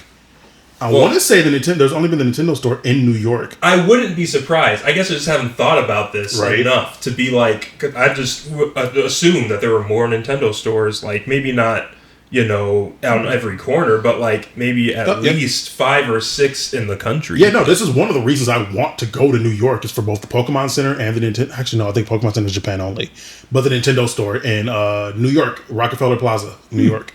So yeah, now we will have one in both California and New York. So East and West Coast will now have their own, and it's opening pretty soon, May 15th. Where in San Francisco are they gonna put it? The specific location of the Nintendo San Francisco branch will be 331 Powell Street, San Francisco, California 94102.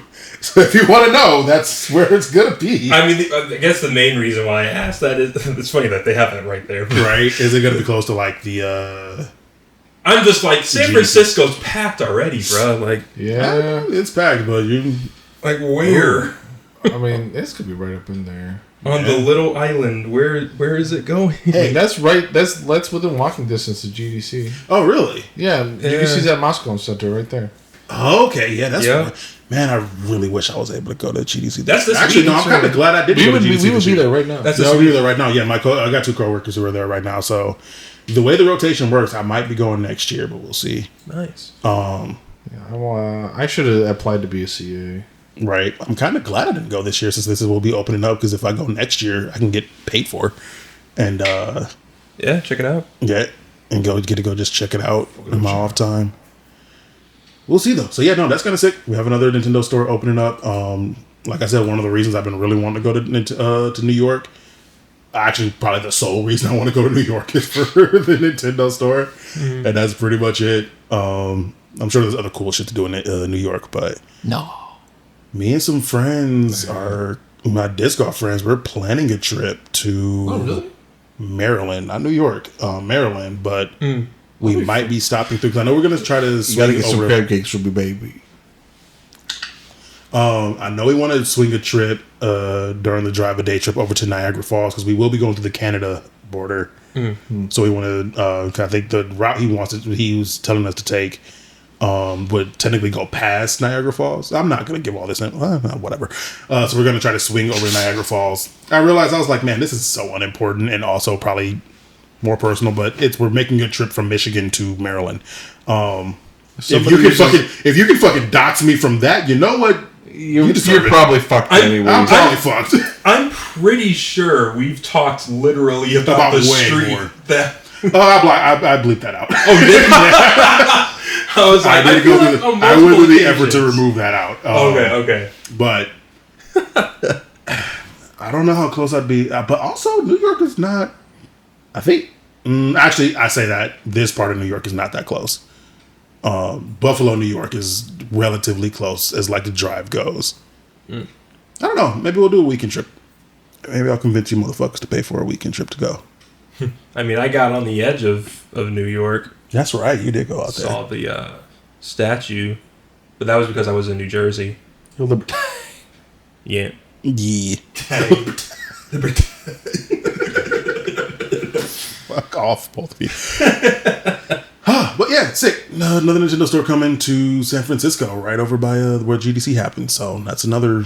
I guess we'll add that as another reason for me to go to California at least once in my life. Well, you haven't been over there, period. I've only been through. I think it's San Francisco. I've went through California once on my way to Tijuana, Mexico, because that's where we jumped the border. I say jump the border. We went. Whoa! No! Wait a minute. You're telling me you're an illegal alien in Mexico? I'm legal here. Damn it! Yeah. They deported him back to. They deported me back here. Almost had him. But yeah, no. We went through south border, the California-Mexico border. Okay. Mexico-Cali border. And that's as far as I've been in California. It was all of like an hour. So California. Getting born in the state of Mississippi. Anyway. California girls. All right, let's take one last break and then get into some audiobooks. All right. Yo. Time for some pitch blood. Can I join? Which one did you want to start with? Let's start with the Primal Hunter. Sick. That ad is fucking wild. The ads are always this one or this one. Both of them.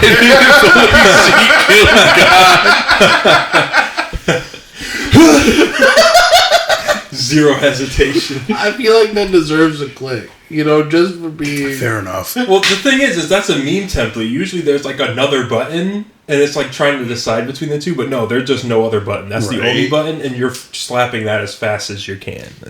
Two living gods rule over America. Woodrow Brown prefers his gods dead. With the help of his best bud, an amateur surgeon, Woodrow plans to become a god himself by attaching the best parts of Appalachia's worst creatures to his own body. He will become the patchwork.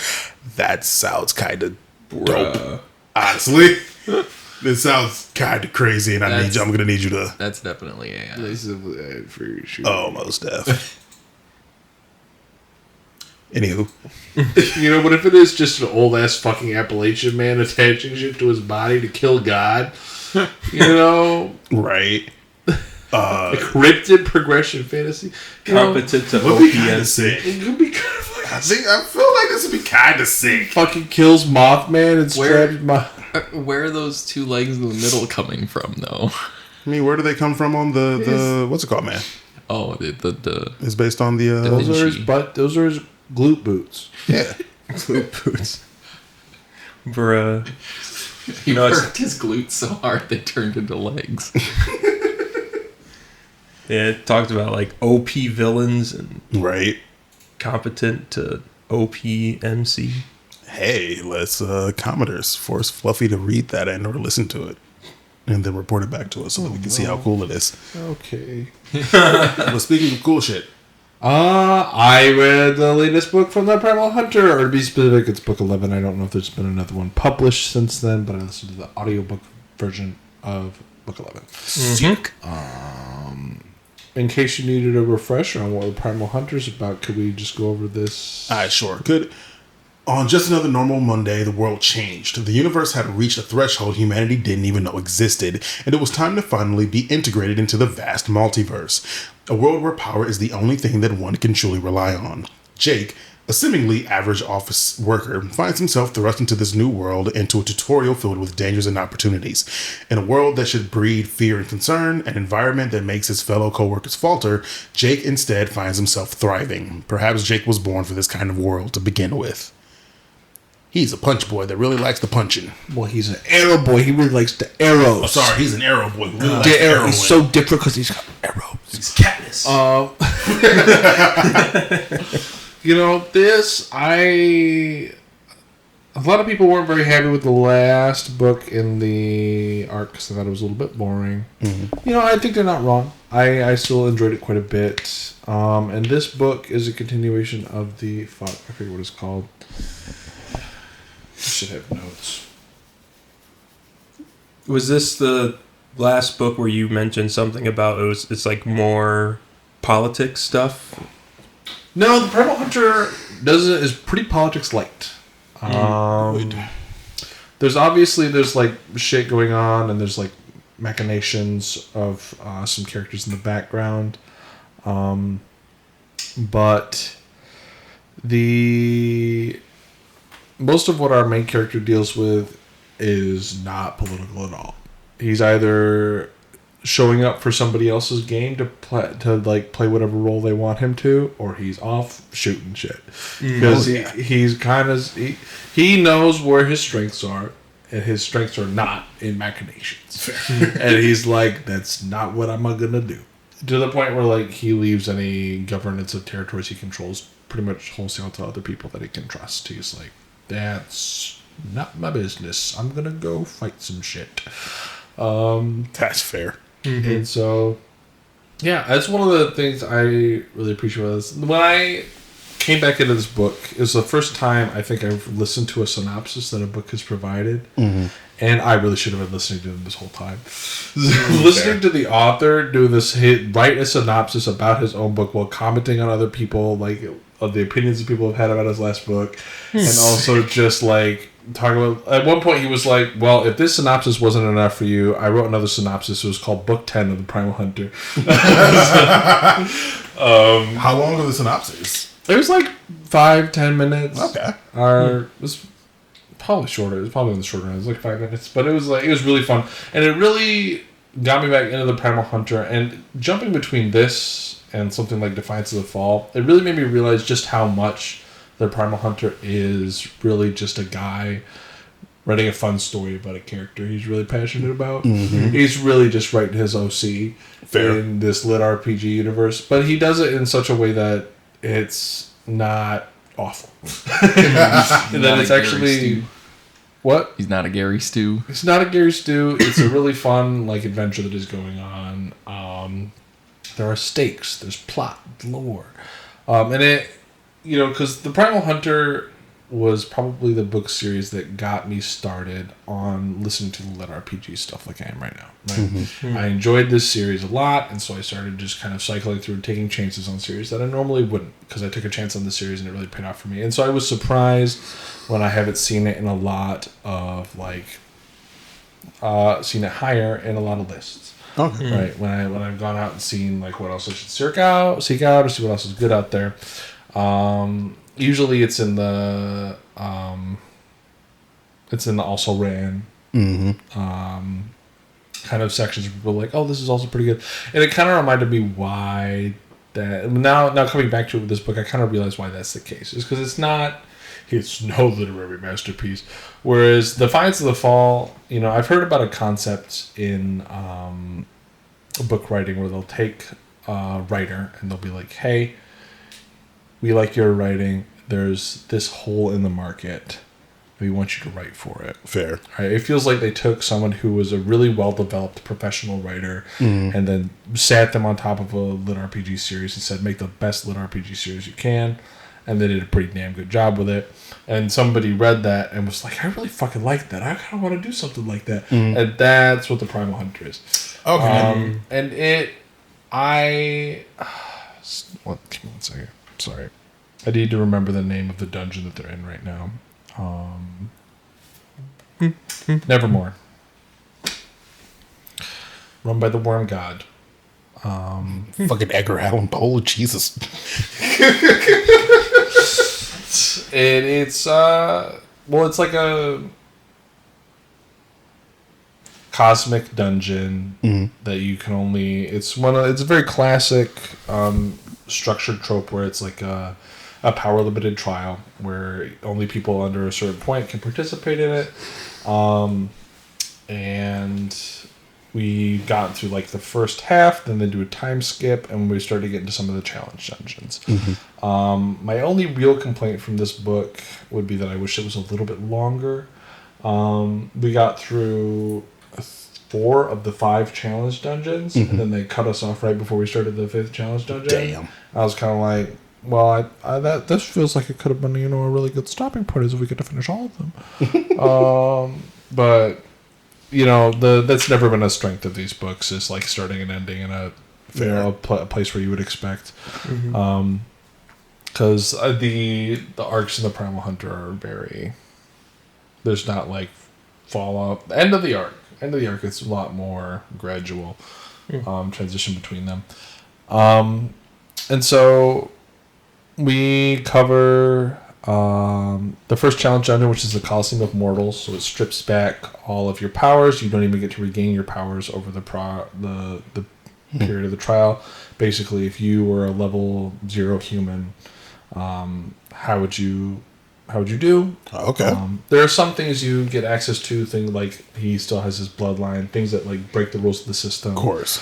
But when he gets to the higher levels of what he's fighting, he's fighting gods who have been rolled back to being mortals. Right? Really? Yeah. Or I guess their C-grade selves rolled back to being mortals. So people who are to become gods. And so that's really fun, seeing him pitting up against like younger versions of Umbra, and he fights against Valdemar, the axe god, the leader of Valhalla, right? And that was a really fucking fun battle. Nice. And then there's some stuff that we skip over, like he goes to through a challenge, I forget what it's called, where he goes through like different lives, right? And Jake and his personality is kind of like, I don't really see the point of this. I don't really like this trial. I'm not really going to do much. And so I kind of skip through it. And then we go to one where he has to make shit, which I think it's called the Architect's Trial. The trial of the Architect. Sure. I'm definitely getting that one wrong. But anyways, he has to make like 5 different things, and he makes like he's an alchemist. He's a poison alchemist specifically, so of course he makes a poison and he makes a potion. Of course he does. But one of the things he makes a student right? And he accidentally raises up like a homicidal maniac, and he has real complicated feelings about that. Yeah, no, that's fair. I don't know, but it was interesting how it ended up happening. Because he doesn't really feel guilty about the fact that he feels like he failed as a teacher, not because of like the path that his student chose, but he felt like he failed to give him any alternatives, and he felt like his student ended up sacrificing himself to achieve his goals. So he felt pretty shitty about that. Well, he made a couple of other things that, if you get to that point, will make sense in the book. But if I just say them out loud here, they're just going to sound like stupid bullshit. So, fair. But yeah, it's fun. He approaches these challenges. He starts to do very well in them.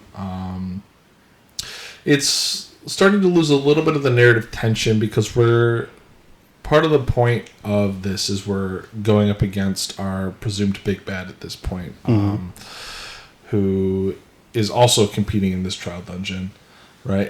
But we are not really getting any specifics about how he's doing.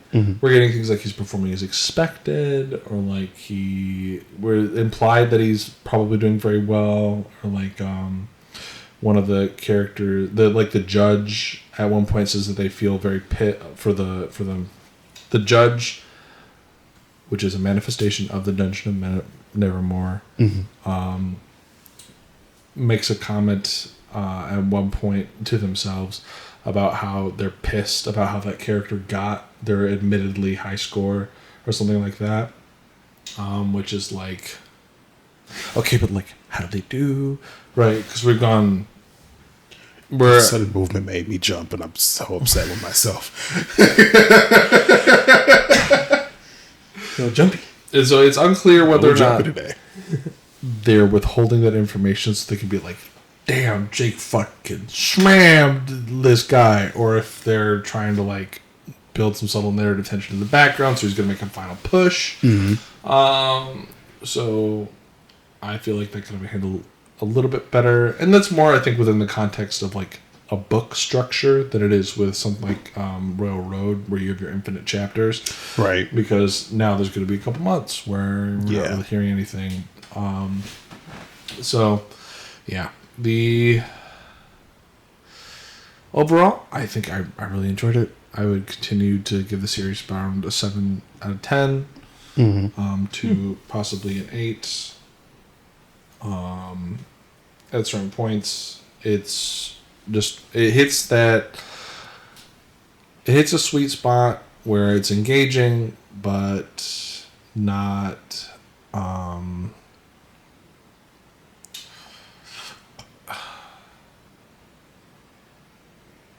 not tropey, or not.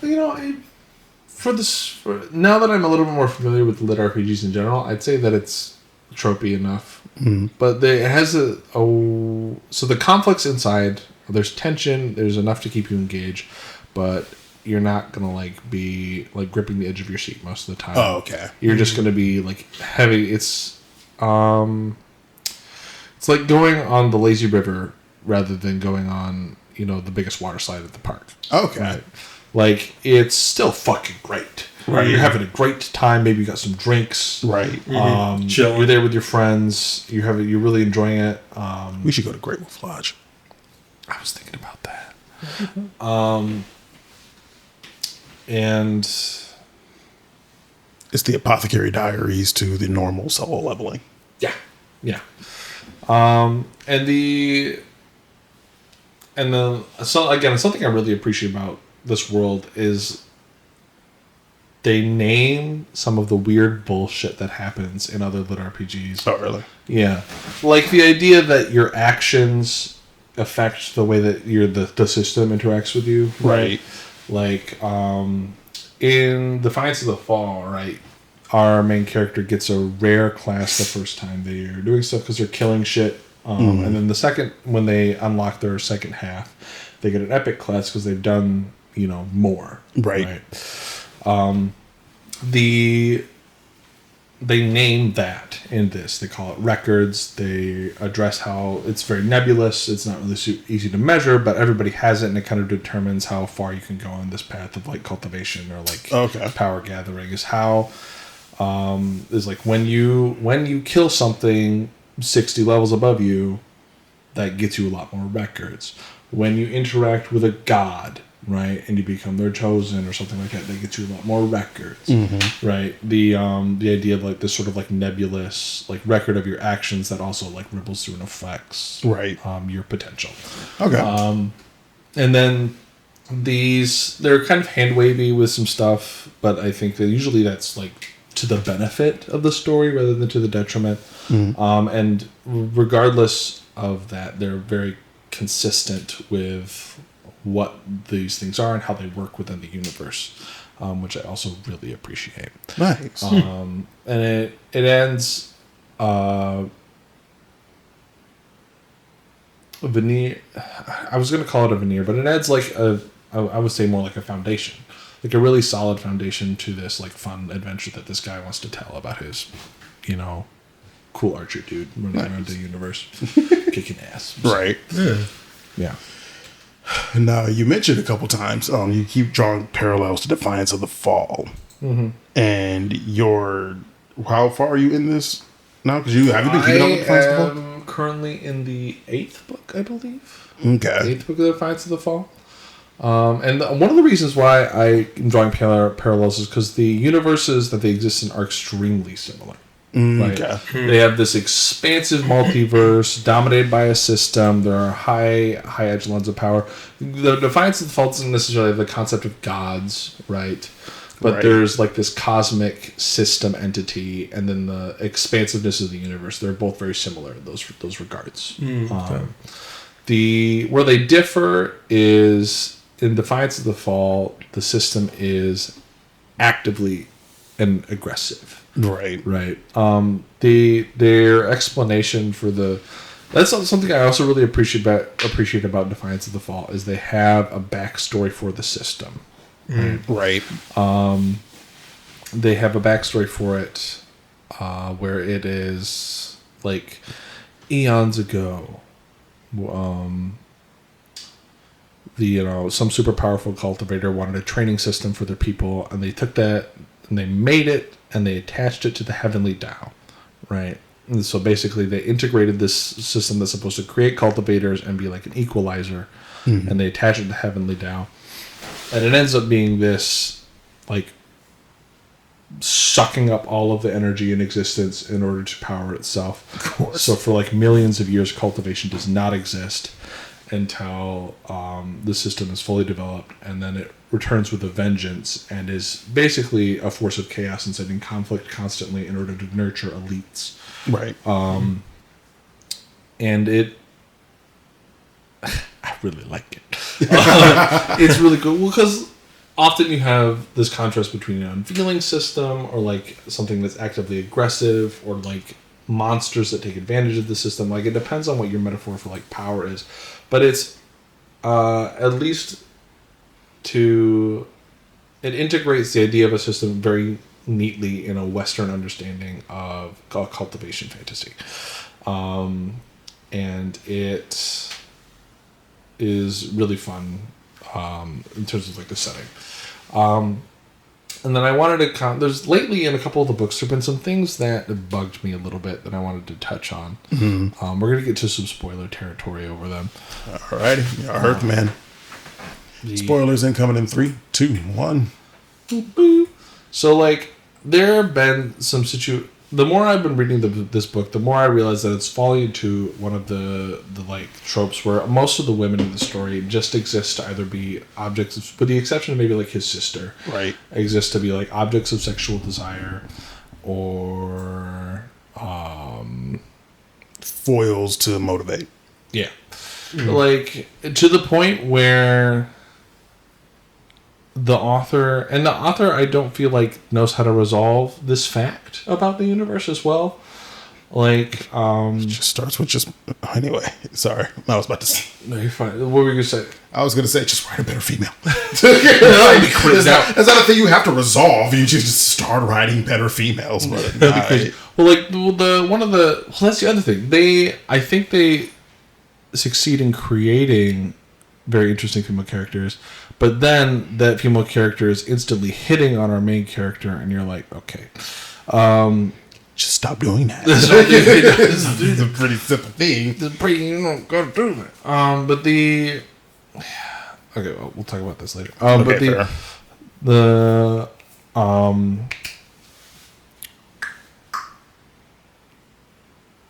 specifically, there's a character that's introduced right after Zach defeats his first incursion, right?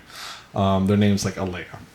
And they are like, at first it looks like they're like, woo, I'm in love with you. And then it turns out like, no, actually, like they have feelings for him. Right. But throughout that period, it looks like Zach doesn't really reciprocate those feelings, both because they can't trust that character and because they're like coming on real strong right out the gate. He's too busy trying to survive and to not get killed and not have the planet die to even think about what's going on with that. But the character continues to like do things for him, so he feels indebted to them, and then they get real hurt and they get damseled, hardcore, and so like that's like sick, cool. And then Zach goes away to do this mission, and he comes back, and somebody's fucking with. So like she at this point has literally been like Sleeping Beauty'd. Sick. Yeah. So like she's like a fragmented soul, and he came back from this thing, and a necromancer is trying to turn her into a zombie because he's curious about her constitution. And this is something that she's not going to be able to recover from. Right? Of course, he was too late. There's no way. It's hard to unzombify a zombie. Yeah, she's like 50% zombie, 50% not. Her soul's falling apart, and so what he does is he takes a magic array that's meant to make a tool, a spiritual tool for him, and he uses it on her because her last wish is to follow him. And he quite literally turns her into an object. He turns her into a spiritual tool object. I don't like that. I don't care for that. No. I would much rather have him like let her die and have that been a regret and like something motivating. Right. In universe, it's you then run into the other trope, which is called fridging, where it's the death of a female in a male character's life becomes the motivating factor, and I can see how the author definitely wrote himself into a corner, very unfortunate corner. Honestly, in that case, I would have taken fridging over literal object creation out of this one. Just like because you know what they decided they didn't have enough of that, and they literally they swoop back around, and after he gets a girlfriend later, they kill her off immediately. No, his super science mom comes in later and is like to help out his sister for something, and takes his girlfriend and plucks her and like kills her, and then just like fuck it off. Now you find out later she's not actually dead, right? But the mom just took her and put her somewhere else. But as far as our main character's motivation is concerned, she's dead. She's dead. Yeah. That's the next. Just like Jesus. The next, in a line of just like, nah, I don't. After how you handled that, I also don't care for how you handled that either. Right. In the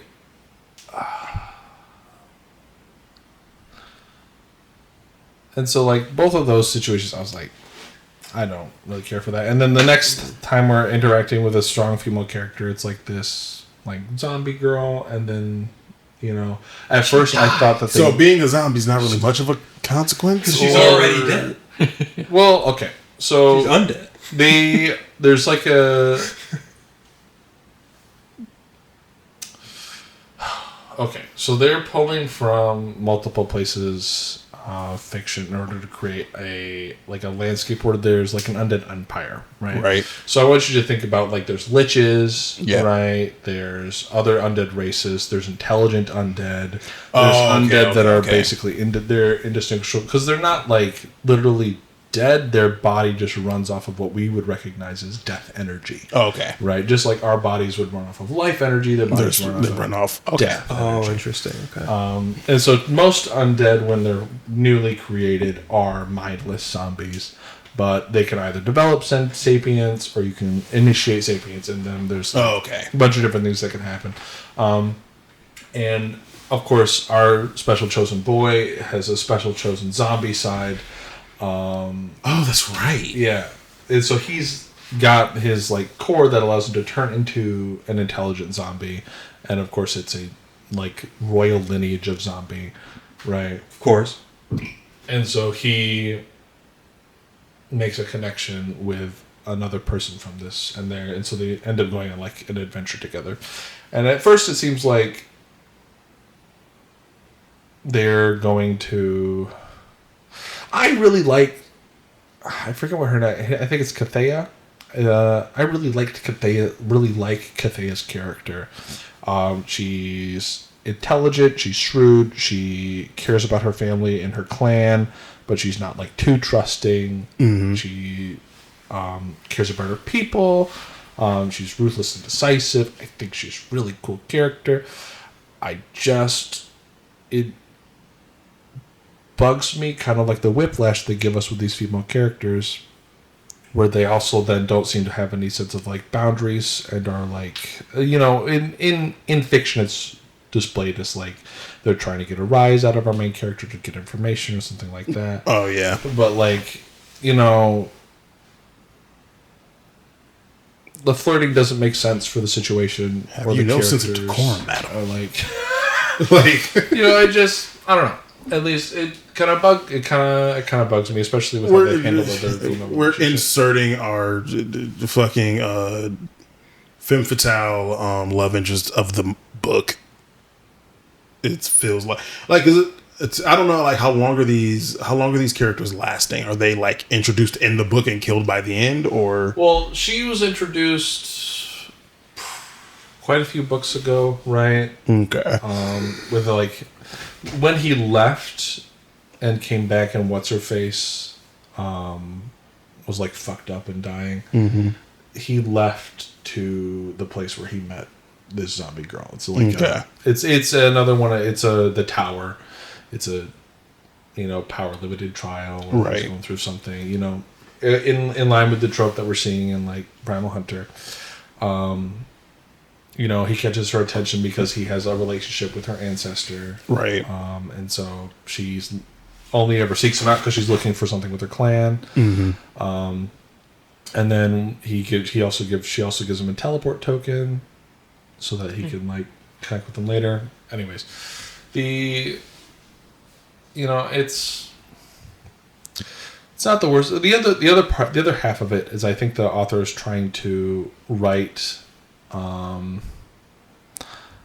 It's trying to couch this romance in a world where you have immortal god kings, right? And your closest partner is also somebody who you're competing against for resources, right? And how that ends up being like ruthless, and how that wears in relationships after 30,000 years, when your partner's about to make a breakthrough, and people end up more often than not trying to kill them to take their resources rather than like continuing the relationship. So there's like a lot of different things I think they're balancing in that, and also just how like a character that lives that long or fights for that long often ends up leaving bodies in their wake. Right. But I also don't think that they're being decisive about that, because like also there are other characters that are dead as fuck or are dead, in the same way that Thea, the girlfriend, is dead. Mm-hmm. Where they got sucked into this treasure with an internal world, and now it's floating off in the infinite cosmos. Right, they're doing fine inside the treasure, but effectively they're out of this story. Yeah, and so I think the author's trying to balance a lot of these different things, but I think it is coming at the expense of some of the writing when it comes to to the women in the story, which has been a mark against it for me. The tension in the storytelling, I think they've kept it up pretty well. At a certain point, it has become a little bit, I don't want to say boring, but tiring, because they're really good at taking the tension and cranking it, right? And they're not really good at cranking it back down. Oh, yeah. So most of the book we've spent at like this, and then we had the dip after we saved Earth, and the author's like, okay, so how do I get the story started again? Well, we kill off the girlfriend, and we abduct the sister, and we... Another damsel? Yeah, we damsel both of them, and then... Dug them a damsel. So we leave the main character absolutely alone in the world where they have no confidants or anything like that, and then we just make them deal with it until... So that they're chasing off the infinite goal, and we immediately put them into a high-stress conflict where they could die at any time again. And so, part of that, I think, is the nature of the world in which they've constructed, where, like, that's what the system does, is it, it fucks with people and blah, blah, blah. But also... The system likes its damsels? The author likes their damsels. The system likes death and conflict. But I think we could use with some more ebbs and flow. Yeah. Instead of spikes and peaks. Yeah. Yeah, I mean, that's unfortunate. Like, it sounds like it's still a well-crafted, but it's relying on, and we kind of knew this going in, it's the most male power fantasy looking thing ever, and it seems like it's kind of relying on some of that, which can be very grating, especially with more like modern sensibilities. Double-edged sword. Yeah. Yeah. In terms of like narrative tension and conflicts they present, the way the story's constructed, a lot of things in the world, there's a lot to love. Right. I plan on finishing the series out. This is nothing that's going to like knock me off of it, but there are some flaws that have shown themselves like 8 books in. So. Yeah, if those kind of tropes and narrative foils bother you, it's probably going to be a it's going to be a bother here, like it is almost anything else with this styling. It would have been nice for there to be some like subversion to some of that, or just like a better way of writing a bit of that. Fucking turning her into a literal object is kind of wild. It fucking is. Which, to me, would be okay if we're talking a character we have grown a relationship with over the course of all 8 of these books to this point. And especially then not turning around and just doing it with another female character. Yeah. Like with the way that they've constructed some facts about the world, right? Is if you reach like a certain level of power, I think it's like late D grade or something like that, you gain enough power to resurrect people as long as you have a fragment of their soul or something like that. Oh, okay. And so like that's not an entirely unrealistic goal. But the other thing that really bugged me about that choice is if he doesn't do that, then he has trapped her soul for all of eternity to a hunk of metal to be used and fucked with whoever picks it up sees fit. Sick. So like that's not really a cool decision. That's not a cool decision at all. Even if that was her final wish, I don't think that's a cool decision. I think she would like to follow you alive. Yeah. Well, what object did you put her soul in again? It's a shield. Oh, a shield. Okay. It's a shield that takes the form of a coffin. No metaphor there. Can you like talk to Yeah, her? is it sentient? No, because she's originally recreated into the spirit tool. It's a very low level spirit tool, and it doesn't have enough spirituality for her to do that yet. So damn. So literally object like. Sentience. Does he like sit it down and like talk to it, and it just doesn't talk back? Like we have had one hint of her being like in there, Like, it has two powers. One of them actually, like, takes on her, like, physical form and, like, does something, but no sapience. Oh, okay. It, like, sucks up attacks and, like, swallows them. The other one, it doesn't do that at all. I can't actually remember what it does. I was, like, half asleep when he used it, and he hasn't used it since. And we've gotten one hint that she's, like, got... Because, like, you can feed the spiritual weapons, like, treasures and, like, magic shit to upgrade it. And so he fed it a bunch of that thing, and, like, he gotten one thing where it like, whispered. It was, like, almost. But he said what? Almost. Almost there. Nothing suggested about that. But, yeah, Interesting. You know, we'll see what happens with it. But at this point, I'm very disappointed in how that ended up going. And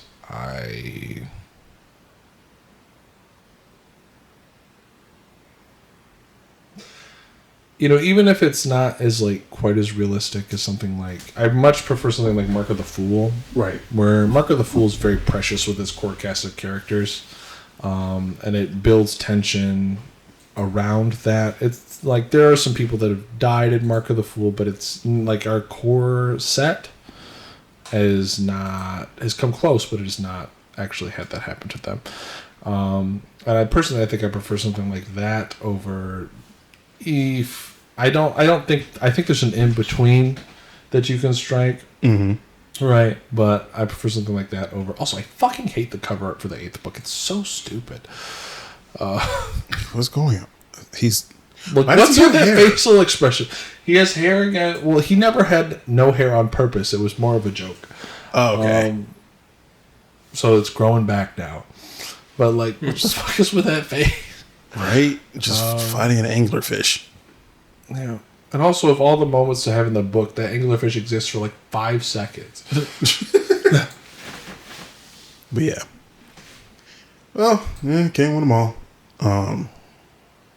Like we said, it does at least sound like it's still well crafted. Just some unfortunate drawbacks. If that's something that's important. If that's a deal breaker. If that's a deal breaker for you, yeah. Like, besides the tropey stuff, are the female companions written well? I think so. Okay. I think so.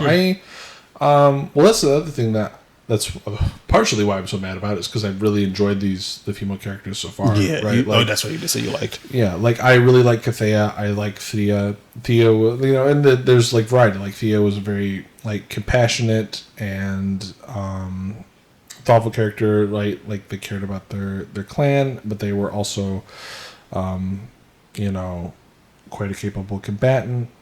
I don't know which Thea he's talking about. What? Huh? No, keep going. Don't worry about it. Don't worry about it. They,